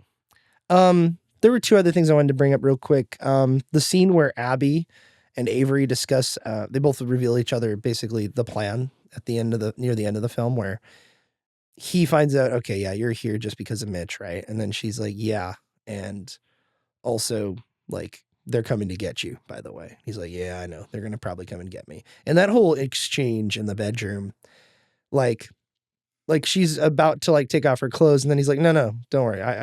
I know you're doing this. And then she's like relieved. She's like, oh, thank God. But then she's like also scared because he knows. But he's also kind of incapacitated, so he can't really do anything to her. It's just a really cool back and forth, that whole scene of them kind of like smartly discussing, okay, so wait, what is your next step? She's like, you know, this and this. And he's like, oh man, that kid's really smart. And he reveals her, he's basically like, oh, he's like realizing I'm basically dead right now. So, hey, I'm really like, it came off to me as I'm really glad this is working out for you, because he's basically who I was when I was his age. And I'm the version of him that would have made all those mistakes. and the version of him succumbing to all the money, the fame, the women, everything. And it's really really cool scene. It's a great moment of redemption too for Gene Hackman's character. Like it's not one like you kind of expect. It's Tom Cruise against the firm, and so everyone's just rotten to the core. Yeah, and so you don't really expect redemption from any of the lawyers of the firm. Yeah. But then you have redemption in Gene Hackman's character in that moment. It's very cool. It's very cool. Smartly written. And also like the whole element. Last thing I'll bring up, then we can move on to Fugitive. But the whole element of like him having like very miraculously connecting with the secretary of Eddie Lomax, Holly Hunter's character, and her connections with her husband, who's a truck driver. And also the people that he knew, he connected with in the Caymans, all like kind of coming together as these pieces on the chessboard that are all kind of accumulating together in this plan is really cool to see. It's like, and also they're all basically like they're service workers, transporters, they're all blue collar people that are like working together with Mitch and Holly Hunter's character to like take down the white collar people, basically like the big uppity, corrupt folks, you know, and kind of rooting out the corruptness behind the backs of them. And I just found that aspect really cool. Like, it's not like, oh, we're going to get it against the big man. No, it's not like that. It's more like it's using like these tools, these pieces on a chessboard to kind of like accumulate this plan. And it's really smart. Like when the brother gets out of jail and he goes into the restaurant and the FBI or DOJ or whoever it is, they're following him and he connects with Elvis, and you obviously see Elvis right there, and you're like, oh, and you as the audience feel really smart. You're like, I know what's going on, and then it's revealed to you, and you're like, what? Oh, I knew it. So, also David Stratham, so cool to see him in this movie. I like him as an actor and as a performer. Like he's super unique. Love him. I wish he was in bigger stuff though. Like I feel like he could have. Given the right roles, he could have been a big star, but I don't know. It's just something I love about him. And that's pretty much it. I love all the camera work. The editing too is so good, like, and so tense and great with the music, especially. Like, there's some shots that cut right with the piano, and it's awesome, and especially the chase scene. And we didn't even mention Jigsaw's in this movie. Oh yeah, yeah, the dude who was in Saw. Yeah, what's his name? Tobin Bell. Tobin Bell, yeah. He doesn't even have a name in this. No, it's just called the Nordic dude. The Nordic man. The Nordic man, yeah. Yes. So random. But yeah, he's like this like long-haired mafia dude, and it's like I'm like, I've seen that guy before. And you see him, like he's bald in pretty much everything I've seen him, but he's got like this white flowing mane out of his hair, out of his head in this movie. It's just so bizarre. Yeah, he's very like stereotypical, like Russian bad guy. No, like 90s terrorist. Yeah, like you'd see in like a Die Hard or Steven Seagal movie, basically. Yeah, he's just like, he's from Scandinavia, or he's from like Belgium, or, you know, some country like that. And he has long blonde hair and just kind of like a really jacked up looking face. And yeah. Like his whole exchange with Eddie or Gary Busey's character, like, is just, it's so funny. And Gary Busey's like, and they just murk him. They just kill him. It's like, oh, there goes Gary Busey. Oh, well, you know, and like, it's just really neat. So, but yeah, that's The Firm. Great movie. Fantastic. One last thing is the writer, John Grisham. He also did the movie. He wrote the book, which was made into a movie, of The Pelican Brief, which is also really good. Julia Roberts and Denzel. But also one that I watched. My mom loves these three movies, like Pelican Brief, The Firm, and The Client, which is like this boy who has to prove that people murdered his family. And he goes to like a low, like a more inexpensive lawyer in Susan Sanderson's character. And also Tommy Lee Jones is a detective who's also investigating the family's murder. And it's a really good movie. Like, Another like thriller that's like not as good as like Pelican Brief or even The Firm, but is another like great movie. Like another good one in the 90s, 90s there's a lot of bangers in there. Any last words for The Firm, David? No. Gary Busey. Yep. Wilford Brimley.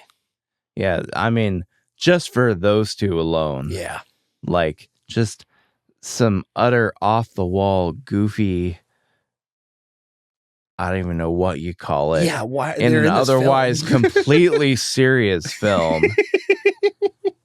It's a sight to behold, for sure. And they bring good levity along with Holly Hunter's character. But anyway, moving on. Speaking of bangers in the 90s, David, let's move on to The Fugitive. And here we go. So The Fugitive. When Dr. Richard Kimball is charged for murdering his wife after an altercation with a so-called one-armed man, is sent to prison and is on death row. But after a car/train accident breaks his bonds, and Kimball soon becomes a man on the run from the U.S. Marshals and starts a long journey to prove his innocence and how he did not kill his wife. The director of the film, Andrew Davis. Screenplay by David Twohy and Jeb Stewart. Original characters by Roy Huggins, based on the series The Fugitive. Starring Harrison Ford, Tommy Lee Jones, Joe Pantoliano, Sela Ward, Andreas Katsoulis, Julianne Moore, that Russian guy, and the legendary Ron Dean, which I love. He's always a cop in everything. Budget, about $44 million. Box office, whoo, man, a big old bunch, $368 million. That's massive for that time. And with a runtime of just 2 hours and 10 minutes. David, what are our general thoughts of The Fugitive? This was your first time ever viewing it? Yeah, this was my first time. And what do you think of it? This is the polar opposite of The Firm. Yeah. In terms of pacing. Like, Harrison Ford plays a surgeon who is just, he's gone to prison. And like, you think it, like, I kind of had the impression that it was going to be kind of another slow burner. It's not. No. After a very brief setup involving some dramatized scenes of the wife's murder and his trial and his incarceration, like, just things start exploding from the get-go. Literally. This is a crazy action-packed thriller. And it's also very smartly written with very, very believable, compelling characters. Yeah, and I would actually nail this movie down into just a line of set pieces with really good actors. And it's just a fun watch.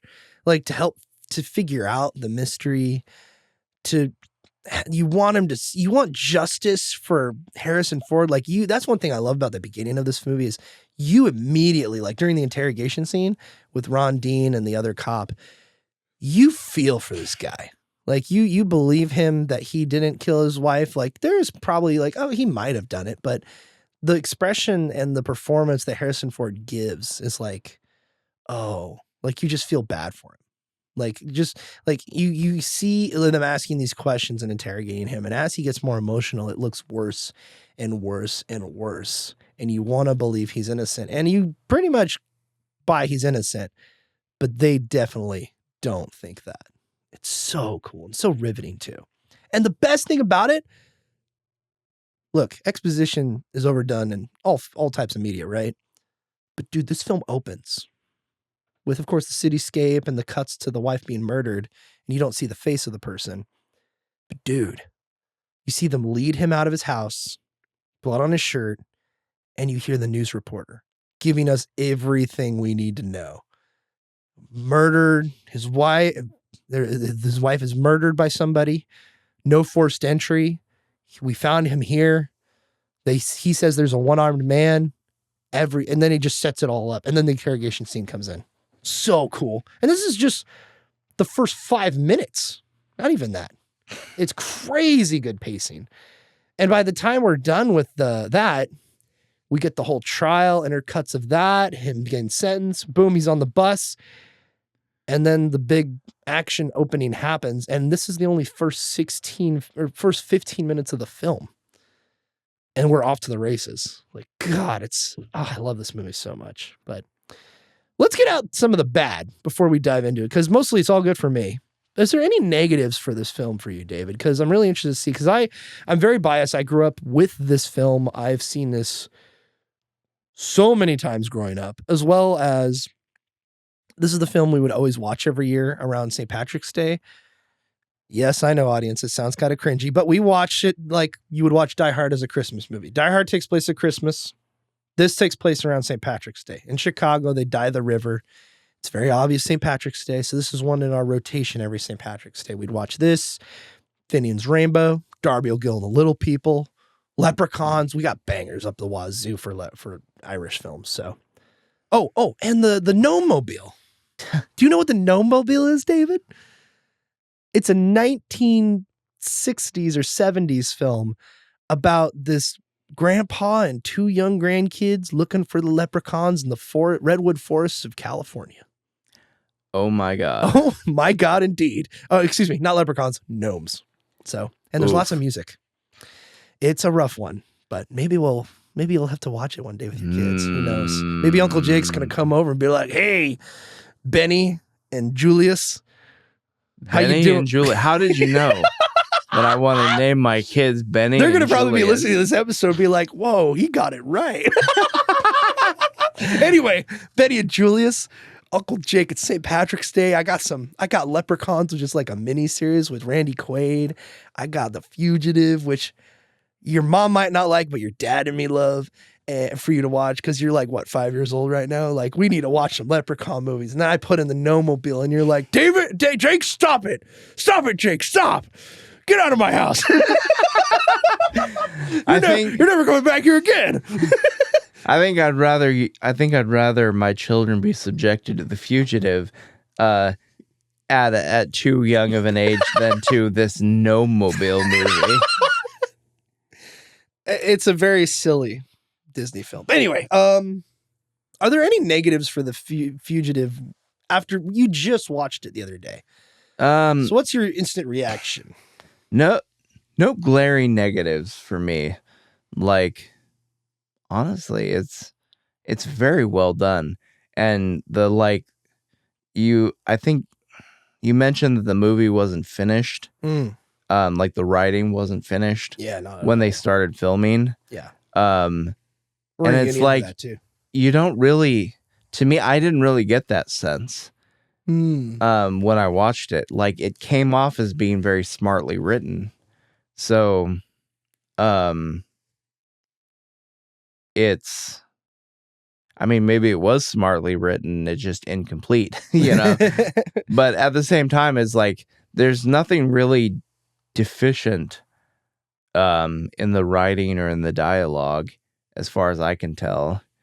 So the whole gamble of, well, we're just gonna rely on our actors just doing just filling in the gaps kind of a thing, like, it's a gamble. It seems to have really paid off in this film.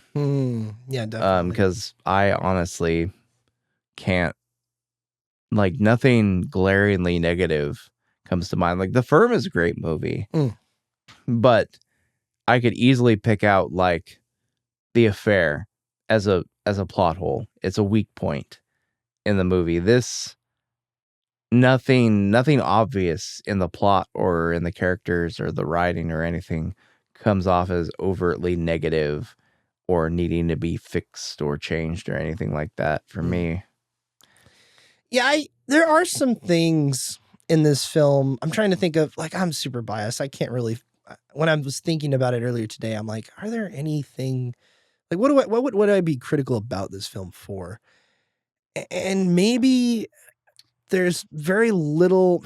It's hard because I would say, for example, Harrison Ford's development as a character is pretty much flatlined. He's pretty much the same through the entire film.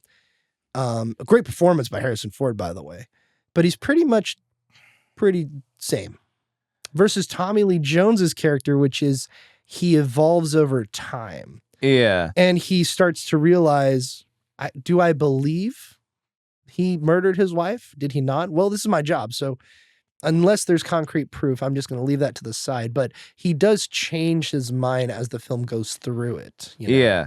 That's one. Yeah, I guess you could say that's a weak point. There's not a whole lot of character development. At the same time, there doesn't really need to be. Yeah. Like, kind of like Back to the Future, like the first one. Like, Harrison Ford's character doesn't really develop, but you don't get a sense of how smart he is, how driven to survive at all costs he is, right off the bat. He's just kind of like... Oh, you're saying we don't get that? Yeah, well, we don't get it right away. Okay. You don't get it right away. You like his escape from the prison bus just seems kind of random. You know, like he's like in the trial, the interrogation in the trial, he's just very distraught. He doesn't know what to do, what to think. He's just like, you gotta find this one-armed man. I didn't kill my wife. And like they're just not having it. And he doesn't understand why they won't believe him. And so, and he's a surgeon. He's not like, he doesn't have any background with what you would expect him to be particularly proficient in survival, like being on the run from the police, you know? And so, yeah, so he's a surgeon. He's just kind of distraught, and then he seems to like escape the prison transport bus by just pure dumb luck. Like things just kind of happen. His initial escape is facilitated by luck, but then as the movie progresses, you see that he's very tenacious, very intelligent, and he's got a plan in place. Or a set of goals, at least. Yeah. I mean, he's got a plan, and he also, like, some of it he needs to kind of make up as he goes along, but he's got a framework of what he wants to accomplish, like who he needs to talk to, where he needs to go, kind of a thing. And you just, like, that's revealed little by little in the film. Like if you told me that in the beginning, when he's just being interrogated and all this and that we were going to have some action scenes of him like engaging in like fisticuffs and he's gonna beat him up, beating the crap out of his wife's killer with the butt of the pistol, like I wouldn't have believed it early on in the movie. And then, but as the movie goes, you see that he had this drive, this tenacity, this will to live, this survive and succeed, like in the face of all opposition. Like he had it in him all along, but it's revealed to the viewer little by little. Yeah, and you're right, we don't get the initial impression that he's this smart. But I think we start getting that as we get to the hospital and he's starting to get out of there. Specifically his interaction with the police officer in the hallway when he's walking out of the hospital. You get that sense of, oh, he's like kind of nervous or whatever, but he's actually, you're starting to get the sense that he's pretty smart and knows what he's doing, or at least has a good idea. Yeah. Because he knows the hospital, he knows everything about it. You know, he's a doctor. He's been to school for 12 plus years. So yeah, I mean, that's also the thing too, is like in the beginning when he's in the hospital, he's kind of in his element. Yeah, he's in his element. So you kind of expect him to be able to navigate that environment really well. Yeah. But then as the movie progresses and he's like I think overcoming all these obstacles yeah, that you just wouldn't expect a surgeon to be able to overcome. It's development in a different way. yeah. Like, it's not, his character doesn't really change, but you see more and more of it as the movie progresses. And I think when you get I think it's right after, I think for me at least, rewatching it this time, you don't get that sense that, oh, this guy is pretty dang smart, is when he starts to investigate the killer. Specifically after the dream he has of his wife when he's like lost in the woods that night and he's sleeping out in the open. Like that, after that, it's like, okay, I have a plan. Let's get going. Let's find this guy and get to him. Either I'm going to kill him or I'm going to bring him justice or something. Like, we don't know exactly what his plan is, but we start to get the sense of, oh, dang, this guy is smart. Like, he knows he has a good sense of what he's doing. And one thing I do appreciate about it, and you kind of brought it up a little bit while you were saying your spiel there, but it's all pretty believable in the sense of, like, if this was a modern day film, they're going to give, like, say the police were arresting that drug deal guy in the apartment, in the house he was in, right? And he, by dumb luck, didn't get caught. In the movie, they would probably, oh, he's here. You know, if it was written for the modern day, they would probably write a scene of, oh, we found him. He's in here too.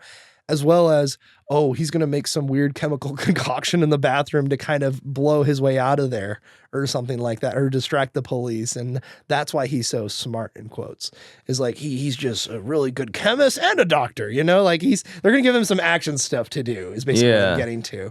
But I'm glad they don't do that. This is a more believable kind of thriller we're following. So yeah, good stuff. But yeah, I guess, other than that, I can't really see any big glaring flaws in this film. The pacing is just so good in this film that it's really hard to find a whole lot of fault. Maybe some of the setup with the inevitable villain, who's the mastermind behind all of this. Maybe a little bit of that. It feels a little bit undercooked, but there's just enough of that to believe that, oh, this is exactly what's happening. Yeah, that's actually the only, now that I think about it, that's the one thing that left me wanting is he asks why Helen being the name of his wife. He asks him why Helen as he's pursuing him on the rooftop of the building. But instead of getting an answer, it's just kind of like a throwaway line. Yeah. But it's like, he says that, and then you're like, you as the audience, you're like, yeah, I want to know why Helen specifically. we know why he was targeted, and we can infer that the whole point was to set up Harrison Ford's character, because the idea that the movie sort of builds up is that Harrison Ford was the guy who's trying to hold this pharmaceutical company to account, you know? Mm-hmm. And so he's a thorn in their side, and they want to get rid of him somehow. And so the way they choose, so you can infer that the way they choose to get rid of him is by framing him for his wife's murder. But like, you don't really see, like, it would have been nice to get a reveal of like how they made it happen, why specifically that the wife had to die, kind of a thing. Well, because this guy was purportedly a friend of Harrison Ford. Well, so like the idea is, I want a little bit more payoff. I want a little bit more payoff in like an emotional sense of why the wife had to suffer because for Harrison Ford being a thorn in this guy's side. But it's kind of a minor nitpick for me. Well, I think that the original plan was you're going to go to his house and you're going to murder him and his wife. Like, that was, I think, the original plan. But once the one-armed man got there and the wife was there, He killed her, obviously, and then he said, okay, I'm going to have to plan this out accordingly. And so he had her leave the message on the phone. He threatened to kill her, and then he killed her after she said his name. Because he threatened her, like, obviously in the flashback, it's clear that he's standing before her, and she's, like, dying right there. But he's having her call 911 to say his name. No, I don't think. Well, he also hangs up on the phone. No. I think what happens is she manages to get away from him for just long enough to place the 911 call. No, that's not what happens. Because no. He calls 911. The unarmed man calls 911 and has her answer it. That doesn't make any. That's what happens in the film. That's not what happens in the film. Yes. You see his gloved hand call 911. That doesn't make any sense. Oh, wait, though. you're right. She does call 911. Yeah, right. I was gonna say. Yeah, you're right. That literally makes no sense. He does hang up. No, he hangs up because he doesn't want her calling 911. The 911 call being used to establish Harrison Ford's guilt. Yeah. Because that's complete accident. She's Gotcha. like trying to tell the dispatcher what's going on. Yeah, but she's like out. Yeah. And she's like delirious because she's losing a lot of blood because she got her skull caved in. Yeah. And he's probably somewhere else in the house trying to figure out when he's going to be there. And we're looking out when he is. Yeah. And so she's delirious. She's dying. Yeah. And so after she, yeah, you're right. After she tells the dispatcher what happened, she's calling out to her husband. Yeah. She's like, Richard. But it's weird because like, I was confused because she starts telling, like, basically trying to mumble what happened. Like, I want a man or whatever, or I'm dying or whatever she says.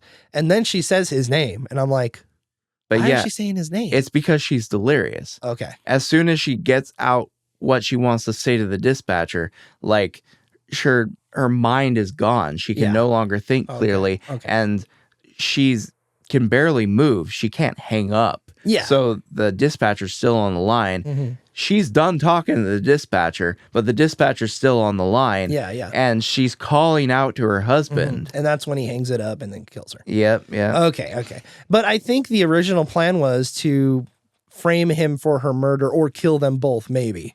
They had the prints on the gun. Yeah. So and then he killed her. He shot her. He didn't. I think he tried to make it so that he shot her, but he was able to. I think they planned on framing him for the murder, but also I think they were going to shoot him in the head and frame it as a suicide or something like that. Yeah, because they already established later in the film that there's other doctors that have, like they were in a boating accident or something else like this. And there's only 2 other examples. Those doctors died in a boat accident last summer, or that doctor and his wife were in a car accident or something. Yeah. But this is the first one where they're just straight up murdering this guy. Yeah. Well, I think and his wife. I think the idea was not to kill him necessarily. I think the idea was to frame him for murder because if they can make it convincingly, if they can make the scene convincing enough to establish his guilt in the minds of the police and the court, then no one's going to look into the situation any further. Yeah. Like if a husband and wife died violently in the same night, there's going to be a lot more people who would potentially look into the situation after the case has died down. Yeah. But the idea so I think the plan was simply to frame him for murder and make it look as sadistic and terrible as possible so that he would get the death penalty. So the state would take care of tying up the loose ends.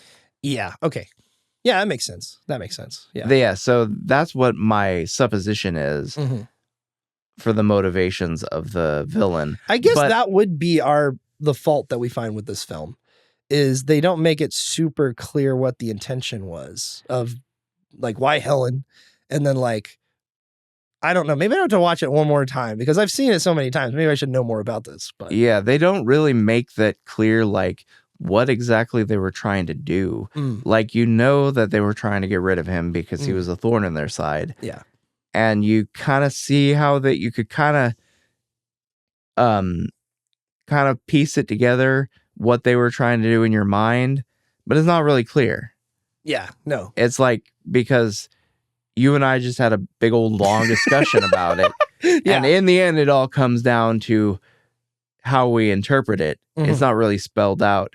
And I'm not saying that like everything needs to be spelled out in the movie, but like when you have an emotional line like, why Helen? Yeah. And then you waste it as just a throwaway instead of explaining the mystery and getting some payoff there. That to me is a fault.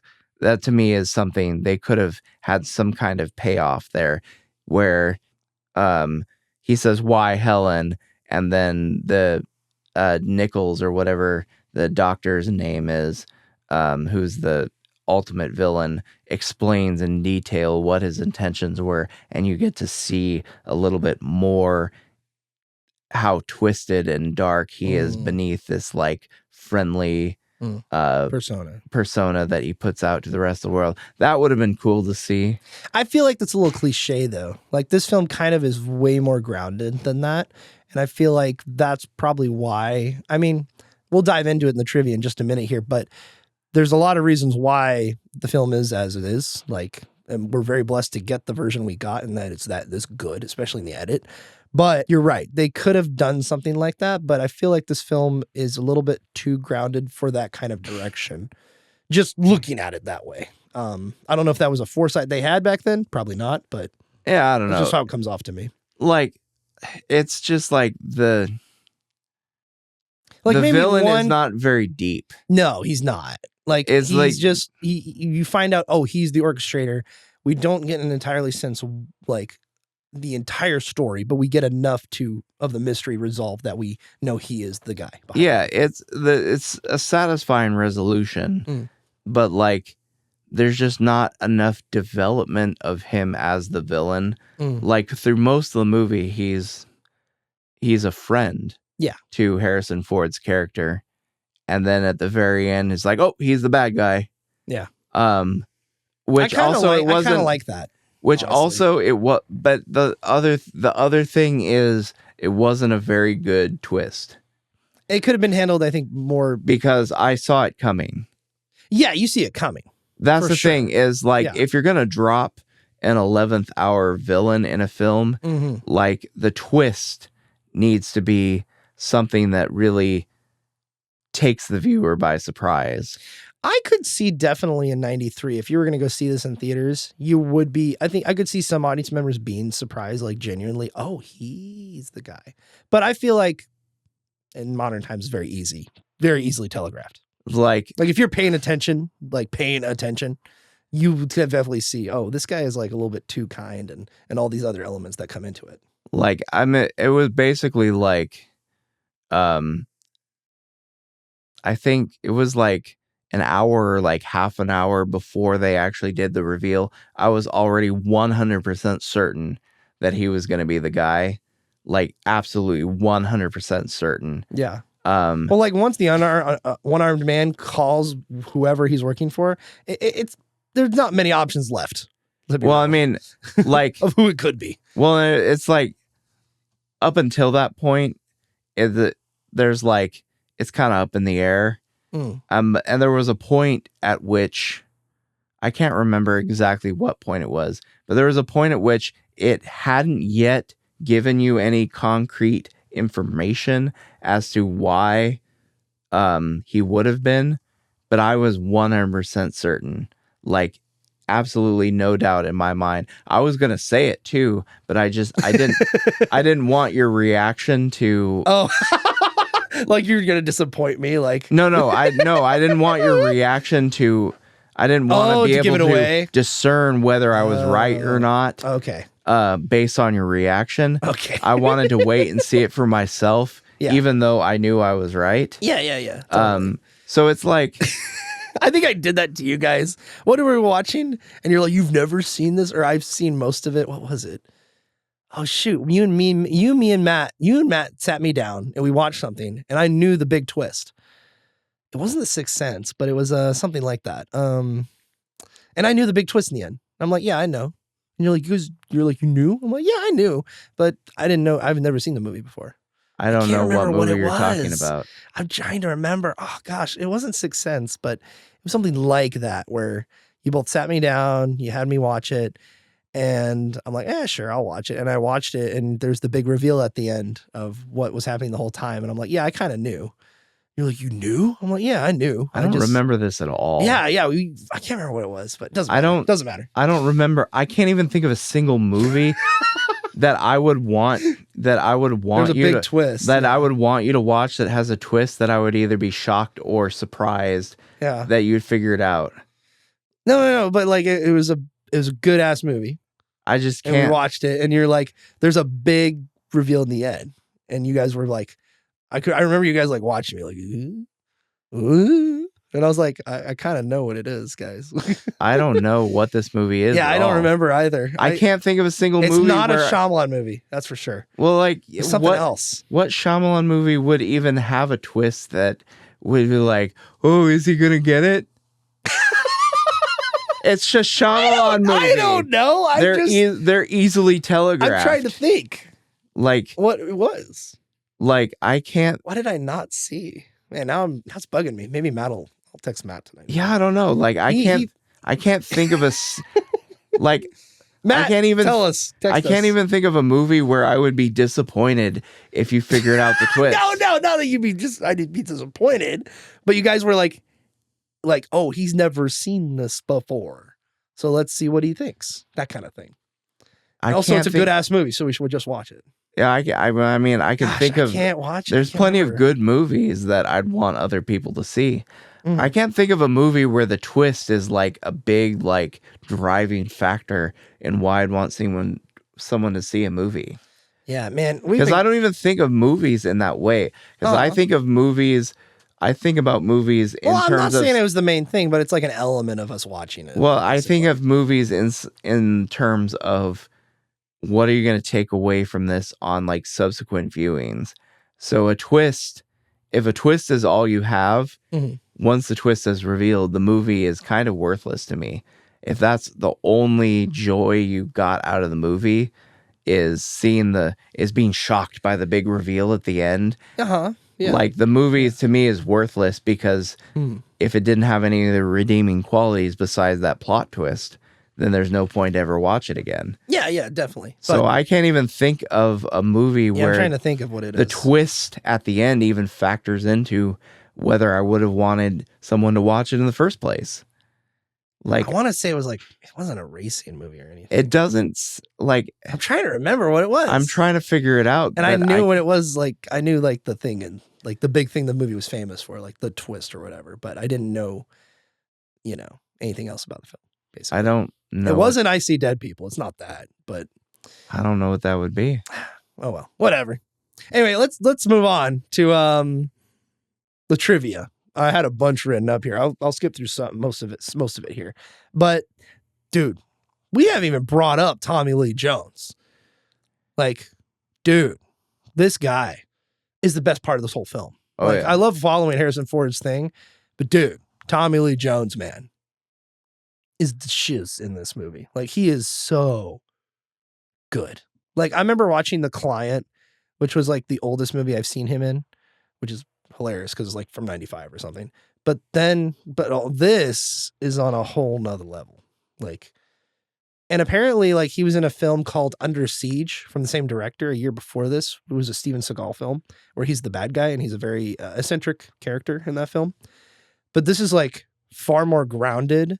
And yes, he's the bad guy in quotes, but not really. He's the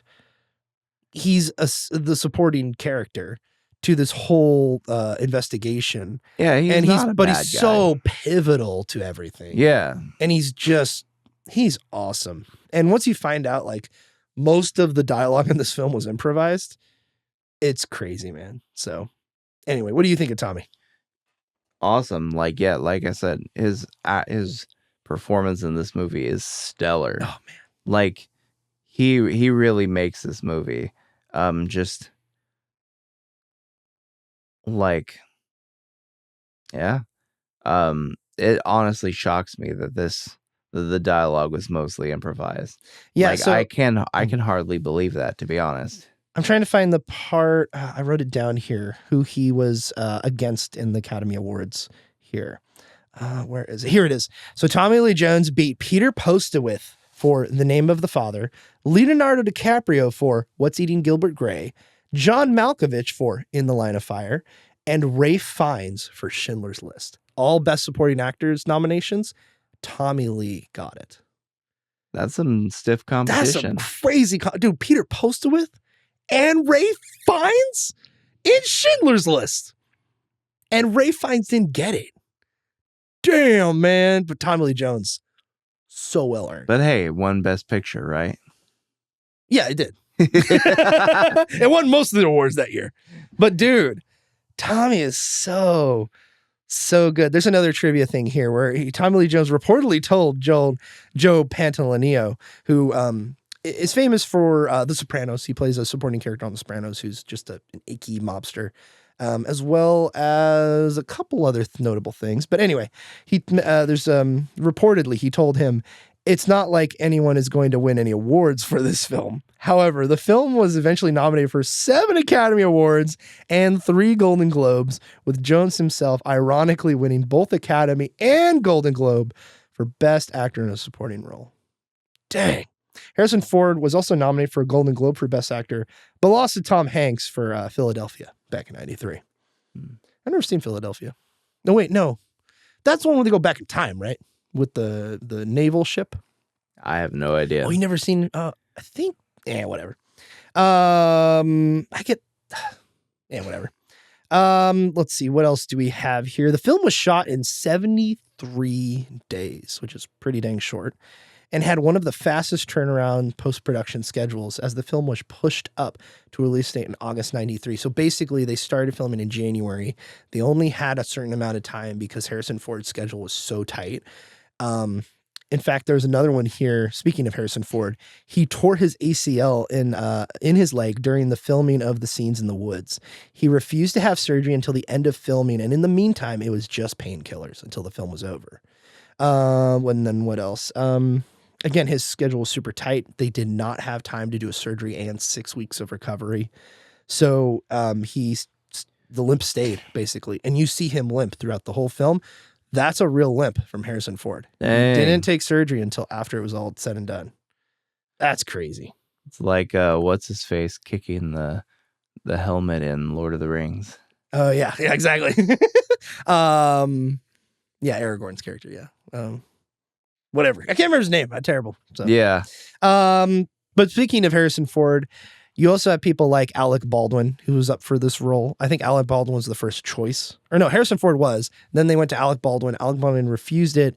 They also went to Jeff Bridges, Michael Keaton, that kind of thing. And Al Pacino. Stop it. Al Pacino would have ruined this movie. Get out of here. Yeah. The character of Sam Gerard, played by Tommy Lee Jones, was offered to, well, of course, Gene Hackman, as well as Jon Voight, Ed Harris, and Kurt Russell, and Mel Gibson. And Mel Gibson would have been interesting, but I could see Gene Hackman doing this. But Tommy Lee just brings a whole kind of new taste and flavor to this character. So I'm glad the history ended up the way it was. Let's see. What else do I have in here? Oh, the train. The whole train sequence, David. So we were watching this, and I was reading the IMDb trivia here, and it said, oh, yep, they only had one shot, one opportunity to shoot this train crashing. In fact, this train is still, and this is a fact, the train is still actually, you can find it in North Carolina where they filmed it. It's still there as like an attraction of some kind, like it's just on the side of the railroad. So they left it there. But IMDb had nothing about miniatures. They're like, oh, it was claimed that this film used miniatures, but that's not true at all. You go and watch the documentary from the new Blu-ray release. The guys admit, they said, yeah, we were told to tell the public we didn't use miniatures. We totally did. So they did the first shot with the train, and they had like 14, 15 cameras set up and 16 different, like, they had 15 cameras set up. They lost 3 of them. The train crashed, but it triggered too early. So they messed it up. So they had to finish it with miniatures. In fact, the scenes where Harrison Ford is running, you can tell on the Blu-ray, at least I could tell that it seems like he's in front of a screen of some kind. Like it's pretty obvious. So even though it was claimed they just use a real train, and they did, it cost like 20 grand or 40 grand, but they used that real train and crashed it. They did, but then they had to fill it in with miniature stuff. So, which is really impressive. That whole sequence, by the way, dude, it's so cool. And it's super just awesome. Like, oh man, I love it. I love that sequence so much.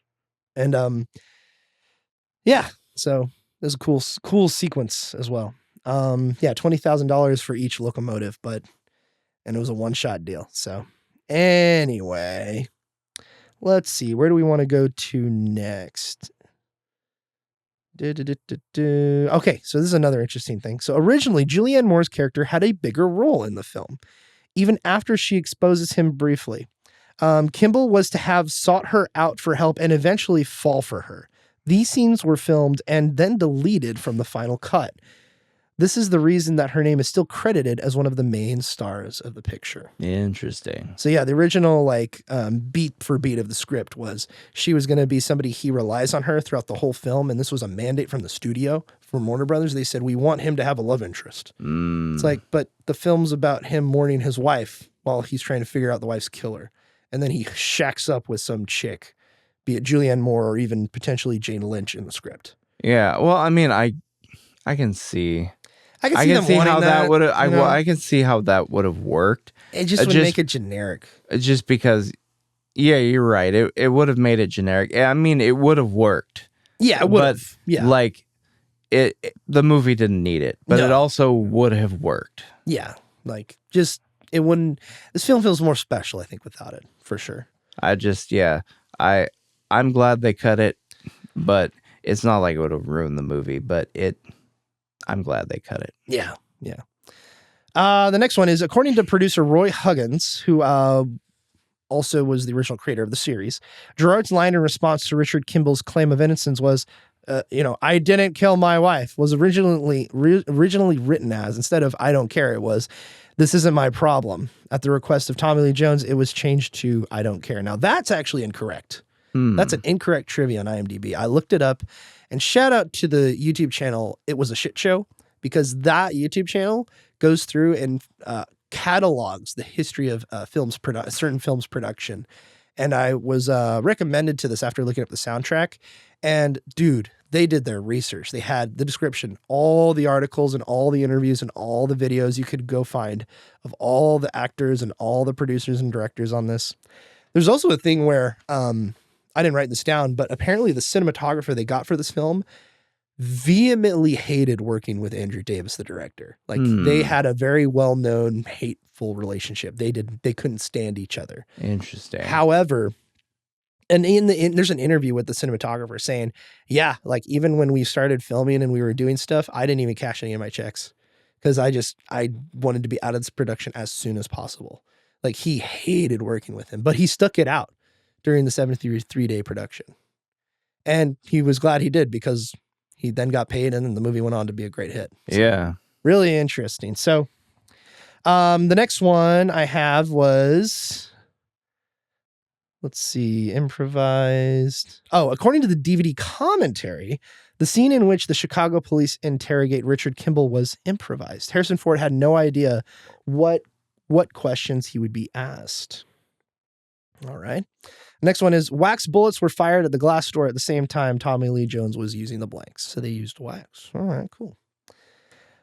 Richard Jordan, who was originally cast as Dr. Nichols, our inevitable bad villain, actually filmed some scenes with Harrison Ford before he became ill and had to drop out of the picture. And the scenes had to be reshot with, I think it's pronounced Heron Crab or Crab. In fact, they had to reshoot the scenes and Harrison Ford already shaved his beard off, so he had to get a fake beard. And that it comes back to the fake beard thing I told you about, where apparently, I don't think this is true. This is too crazy, but I wrote it down. It's like, apparently Harrison Ford didn't think he could grow a beard in time for production. So he went to Fake Beards Anonymous and became a member and tried to emphasize with these men. But then apparently he was able to grow it in time, and now he makes yearly contributions to the Fake Beards Association. It doesn't sound real at all. Like, this sounds like a fake. Somebody wrote this in IMDb trivia, and I just refuse to believe it. Like, it's too weird. Yeah, it's weird. Very strange. Is Fake Beards Anonymous even a real thing? I don't know. But I feel like it's not. Yeah. All right, continuing. Andrew Davis shot a lot of material during production with a tight deadline between filming, editing, and release.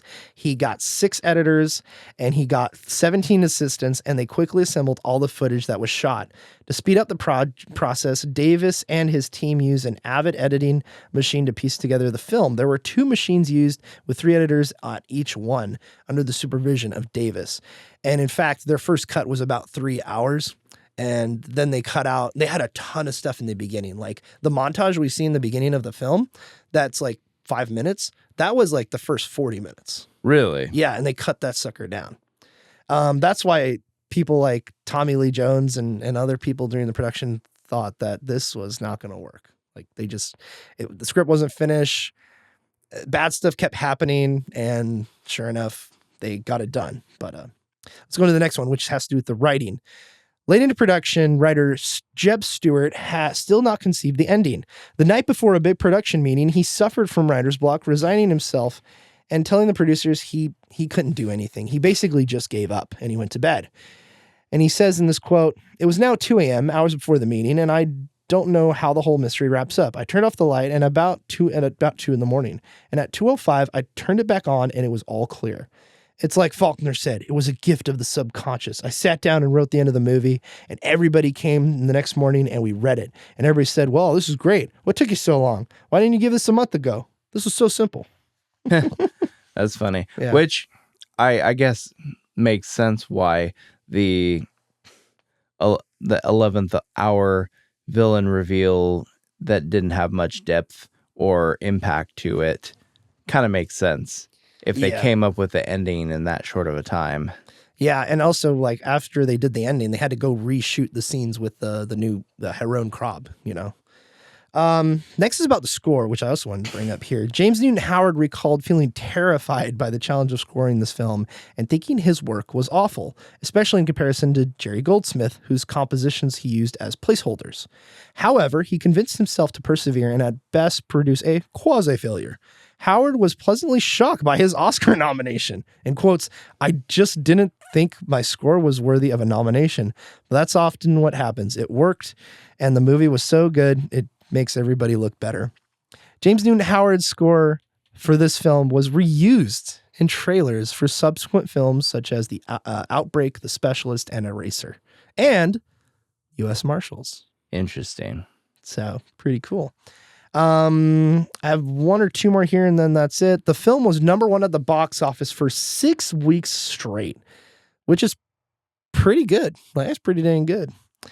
And then lastly, the screenwriter Jeb Stewart, who also penned Die Hard, came onto the project and during the writing process suggested the idea of making the film self-contained instead of the studio's vision of having this film be a franchise. It was a vision that got Jeb pushed away from the project, even though the beginning was kept for what we eventually saw in the film, the main beats, such as the killing, the sentencing, the train wreck, all that stuff, as well as him diving off the thing and Tommy Lee chasing him. All that was kept. Soon after Jeb's exit, a second meeting was held with Harrison Ford, who previously passed on the project. Ford said the main condition for him to do the film was for it to be self-contained, which writer Jeb Stewart was then brought back on to finish out the film. Really interesting. So the last thing I want to do, or at least say about this film, is a lot of it also is improvised. So if you go and look at the script, you know the scene where Newman, in the beginning of the film, where they're waiting to find other stuff about the train and Kimball and all that stuff. So Newman, the new guy, is sitting in the background, and Tommy Lee's like, "Newman?" He's like, "Yeah." "What are you doing?" He's like, "Thinking." He's like, "Well, think me up a cup of coffee with chocolate donuts, the sprinkles playing on top," you know? Like, so like he said that in the script. All it said was Newman was, "I'm thinking." It was, all it said was, Sam says, "I need a cup of coffee." And Newman says, "You got it, boss." And that's literally all it said in the script. Like, and there was so many times where the whole crew of marshals, where it's Joe Pantanalia, the guy who plays Newman, as well as the chick, the other guy, and Tommy Lee Jones, all basically had to become like a family unit or a working force together to kind of brainstorm processes and brainstorm the dialogue, because a lot of it was very bare and wooden. So it's really interesting. So a lot of the performances saved this movie. So, yeah, that's crazy. So anyway, that's all I really much got for you. On this viewing, James Newton Howard's score really stood out to me. I mentioned to you while we were watching it that it felt a lot like Day After Tomorrow, which he also did. And I'm like, this sounds like Day After Tomorrow, which I love. I love that movie. It's cheesy, it's great and dumb, but it's amazing. It's about climate change, so whatever. But I love the score specifically, and it sounded just like it. And yeah, James Newton Howard has some motifs and different techniques that are just carry on in his work. But let's end it here, David. Let's wrap it up. What are our final thoughts on The Fugitive, and are we going to watch U.S. Marshals next? So yeah, Fugitive, excellent movie. I was not prepared for just how excellent this movie is. It's truly something special. And as far as the sequel goes, it's like a quasi sequel, basically. I mean, it is a sequel. Tommy Lee Jones returns and his crew. Yeah, plays the same character. I want to see it just because I'm so curious as to what they would have done to make, like, whether they made it good or not. Because the setup for it sounds almost like a cash in. Yeah. Because Tommy Lee Jones and his whole crew return as U.S. Marshals. And so my guess is the sort of dynamic they have, the on-screen chemistry is very much my assumption is going to be very reminiscent of this film. But Harrison Ford's not in it. I think his character, Richard Kimball, is mentioned from what I've definitely said, not in the movie. but he's not actually in the movie.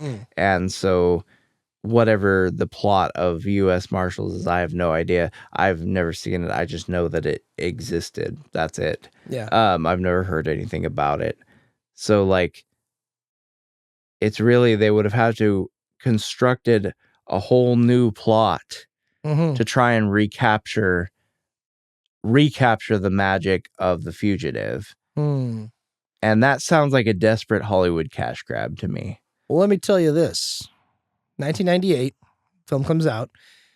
It's got Wesley Snipes as basically a Dr. Richard Kimball character, where he is a fugitive that is on the run from the U.S. Marshals. And it also has Robert Downey Jr. in it as well.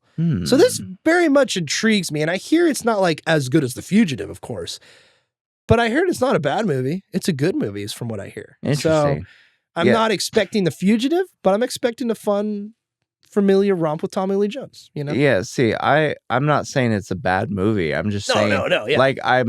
I would want to watch it because I'm intrigued to see how they handle the story. Yeah. Because the setup for the movie kind of sounds like a cash grab to me. Especially 5 years later. It really sounds like they were just trying to recapture the magic of The Fugitive. Yeah. And from the limited information I have, that's what it sounds like to me. So I'm curious to watch it to see if that's what it is, or if they had a better idea than just it's a cash grab to begin with, Yeah. I think it's also cool, thinking back on the film, that how Harrison Ford's character is also he wants to help people. That's just, he's a doctor and he does want to help people, which is really cool to see, him helping the little kid, and that kind of thing. I think that's really cool. apparently that was a big thing in the series. Apparently the whole series was like, the setup was him on the run, but then in each episode, it's somebody he's helping out while he's on the run. Kind of like the scenario we saw with the kid in the film. Okay. Yeah, so it's kind of like, this film kind of spiritually carries that on from the show. Yeah, that is kind of cool. That's one aspect of it, is like, you can tell that Kimball's a good man by how he just can't help but help people. Yeah. Even though it's absolutely the wrong thing to do from like a survival perspective, you know? Yeah. And also the time it takes Tommy Lee Jones' character to realize that, and to realize the scumbags that he's surrounded by. He's like, no, Kimball's probably just another scumbag, right? But no, his mind is changed and he evolves as a character as the film goes on. So, but yeah, that's all I got for you. So let's go ahead and end it there. And yeah, well, thank you for listening again to another episode of the Snarp Fangle Podcast, our Toon Film series. The next one, oh man, hopefully we'll have a guest on, because it's going to be a good one. So anyway, we'll see you next time. Stay calm, stay frosty, and Snarp Fangle on. Bye-bye now. And he didn't kill his wife.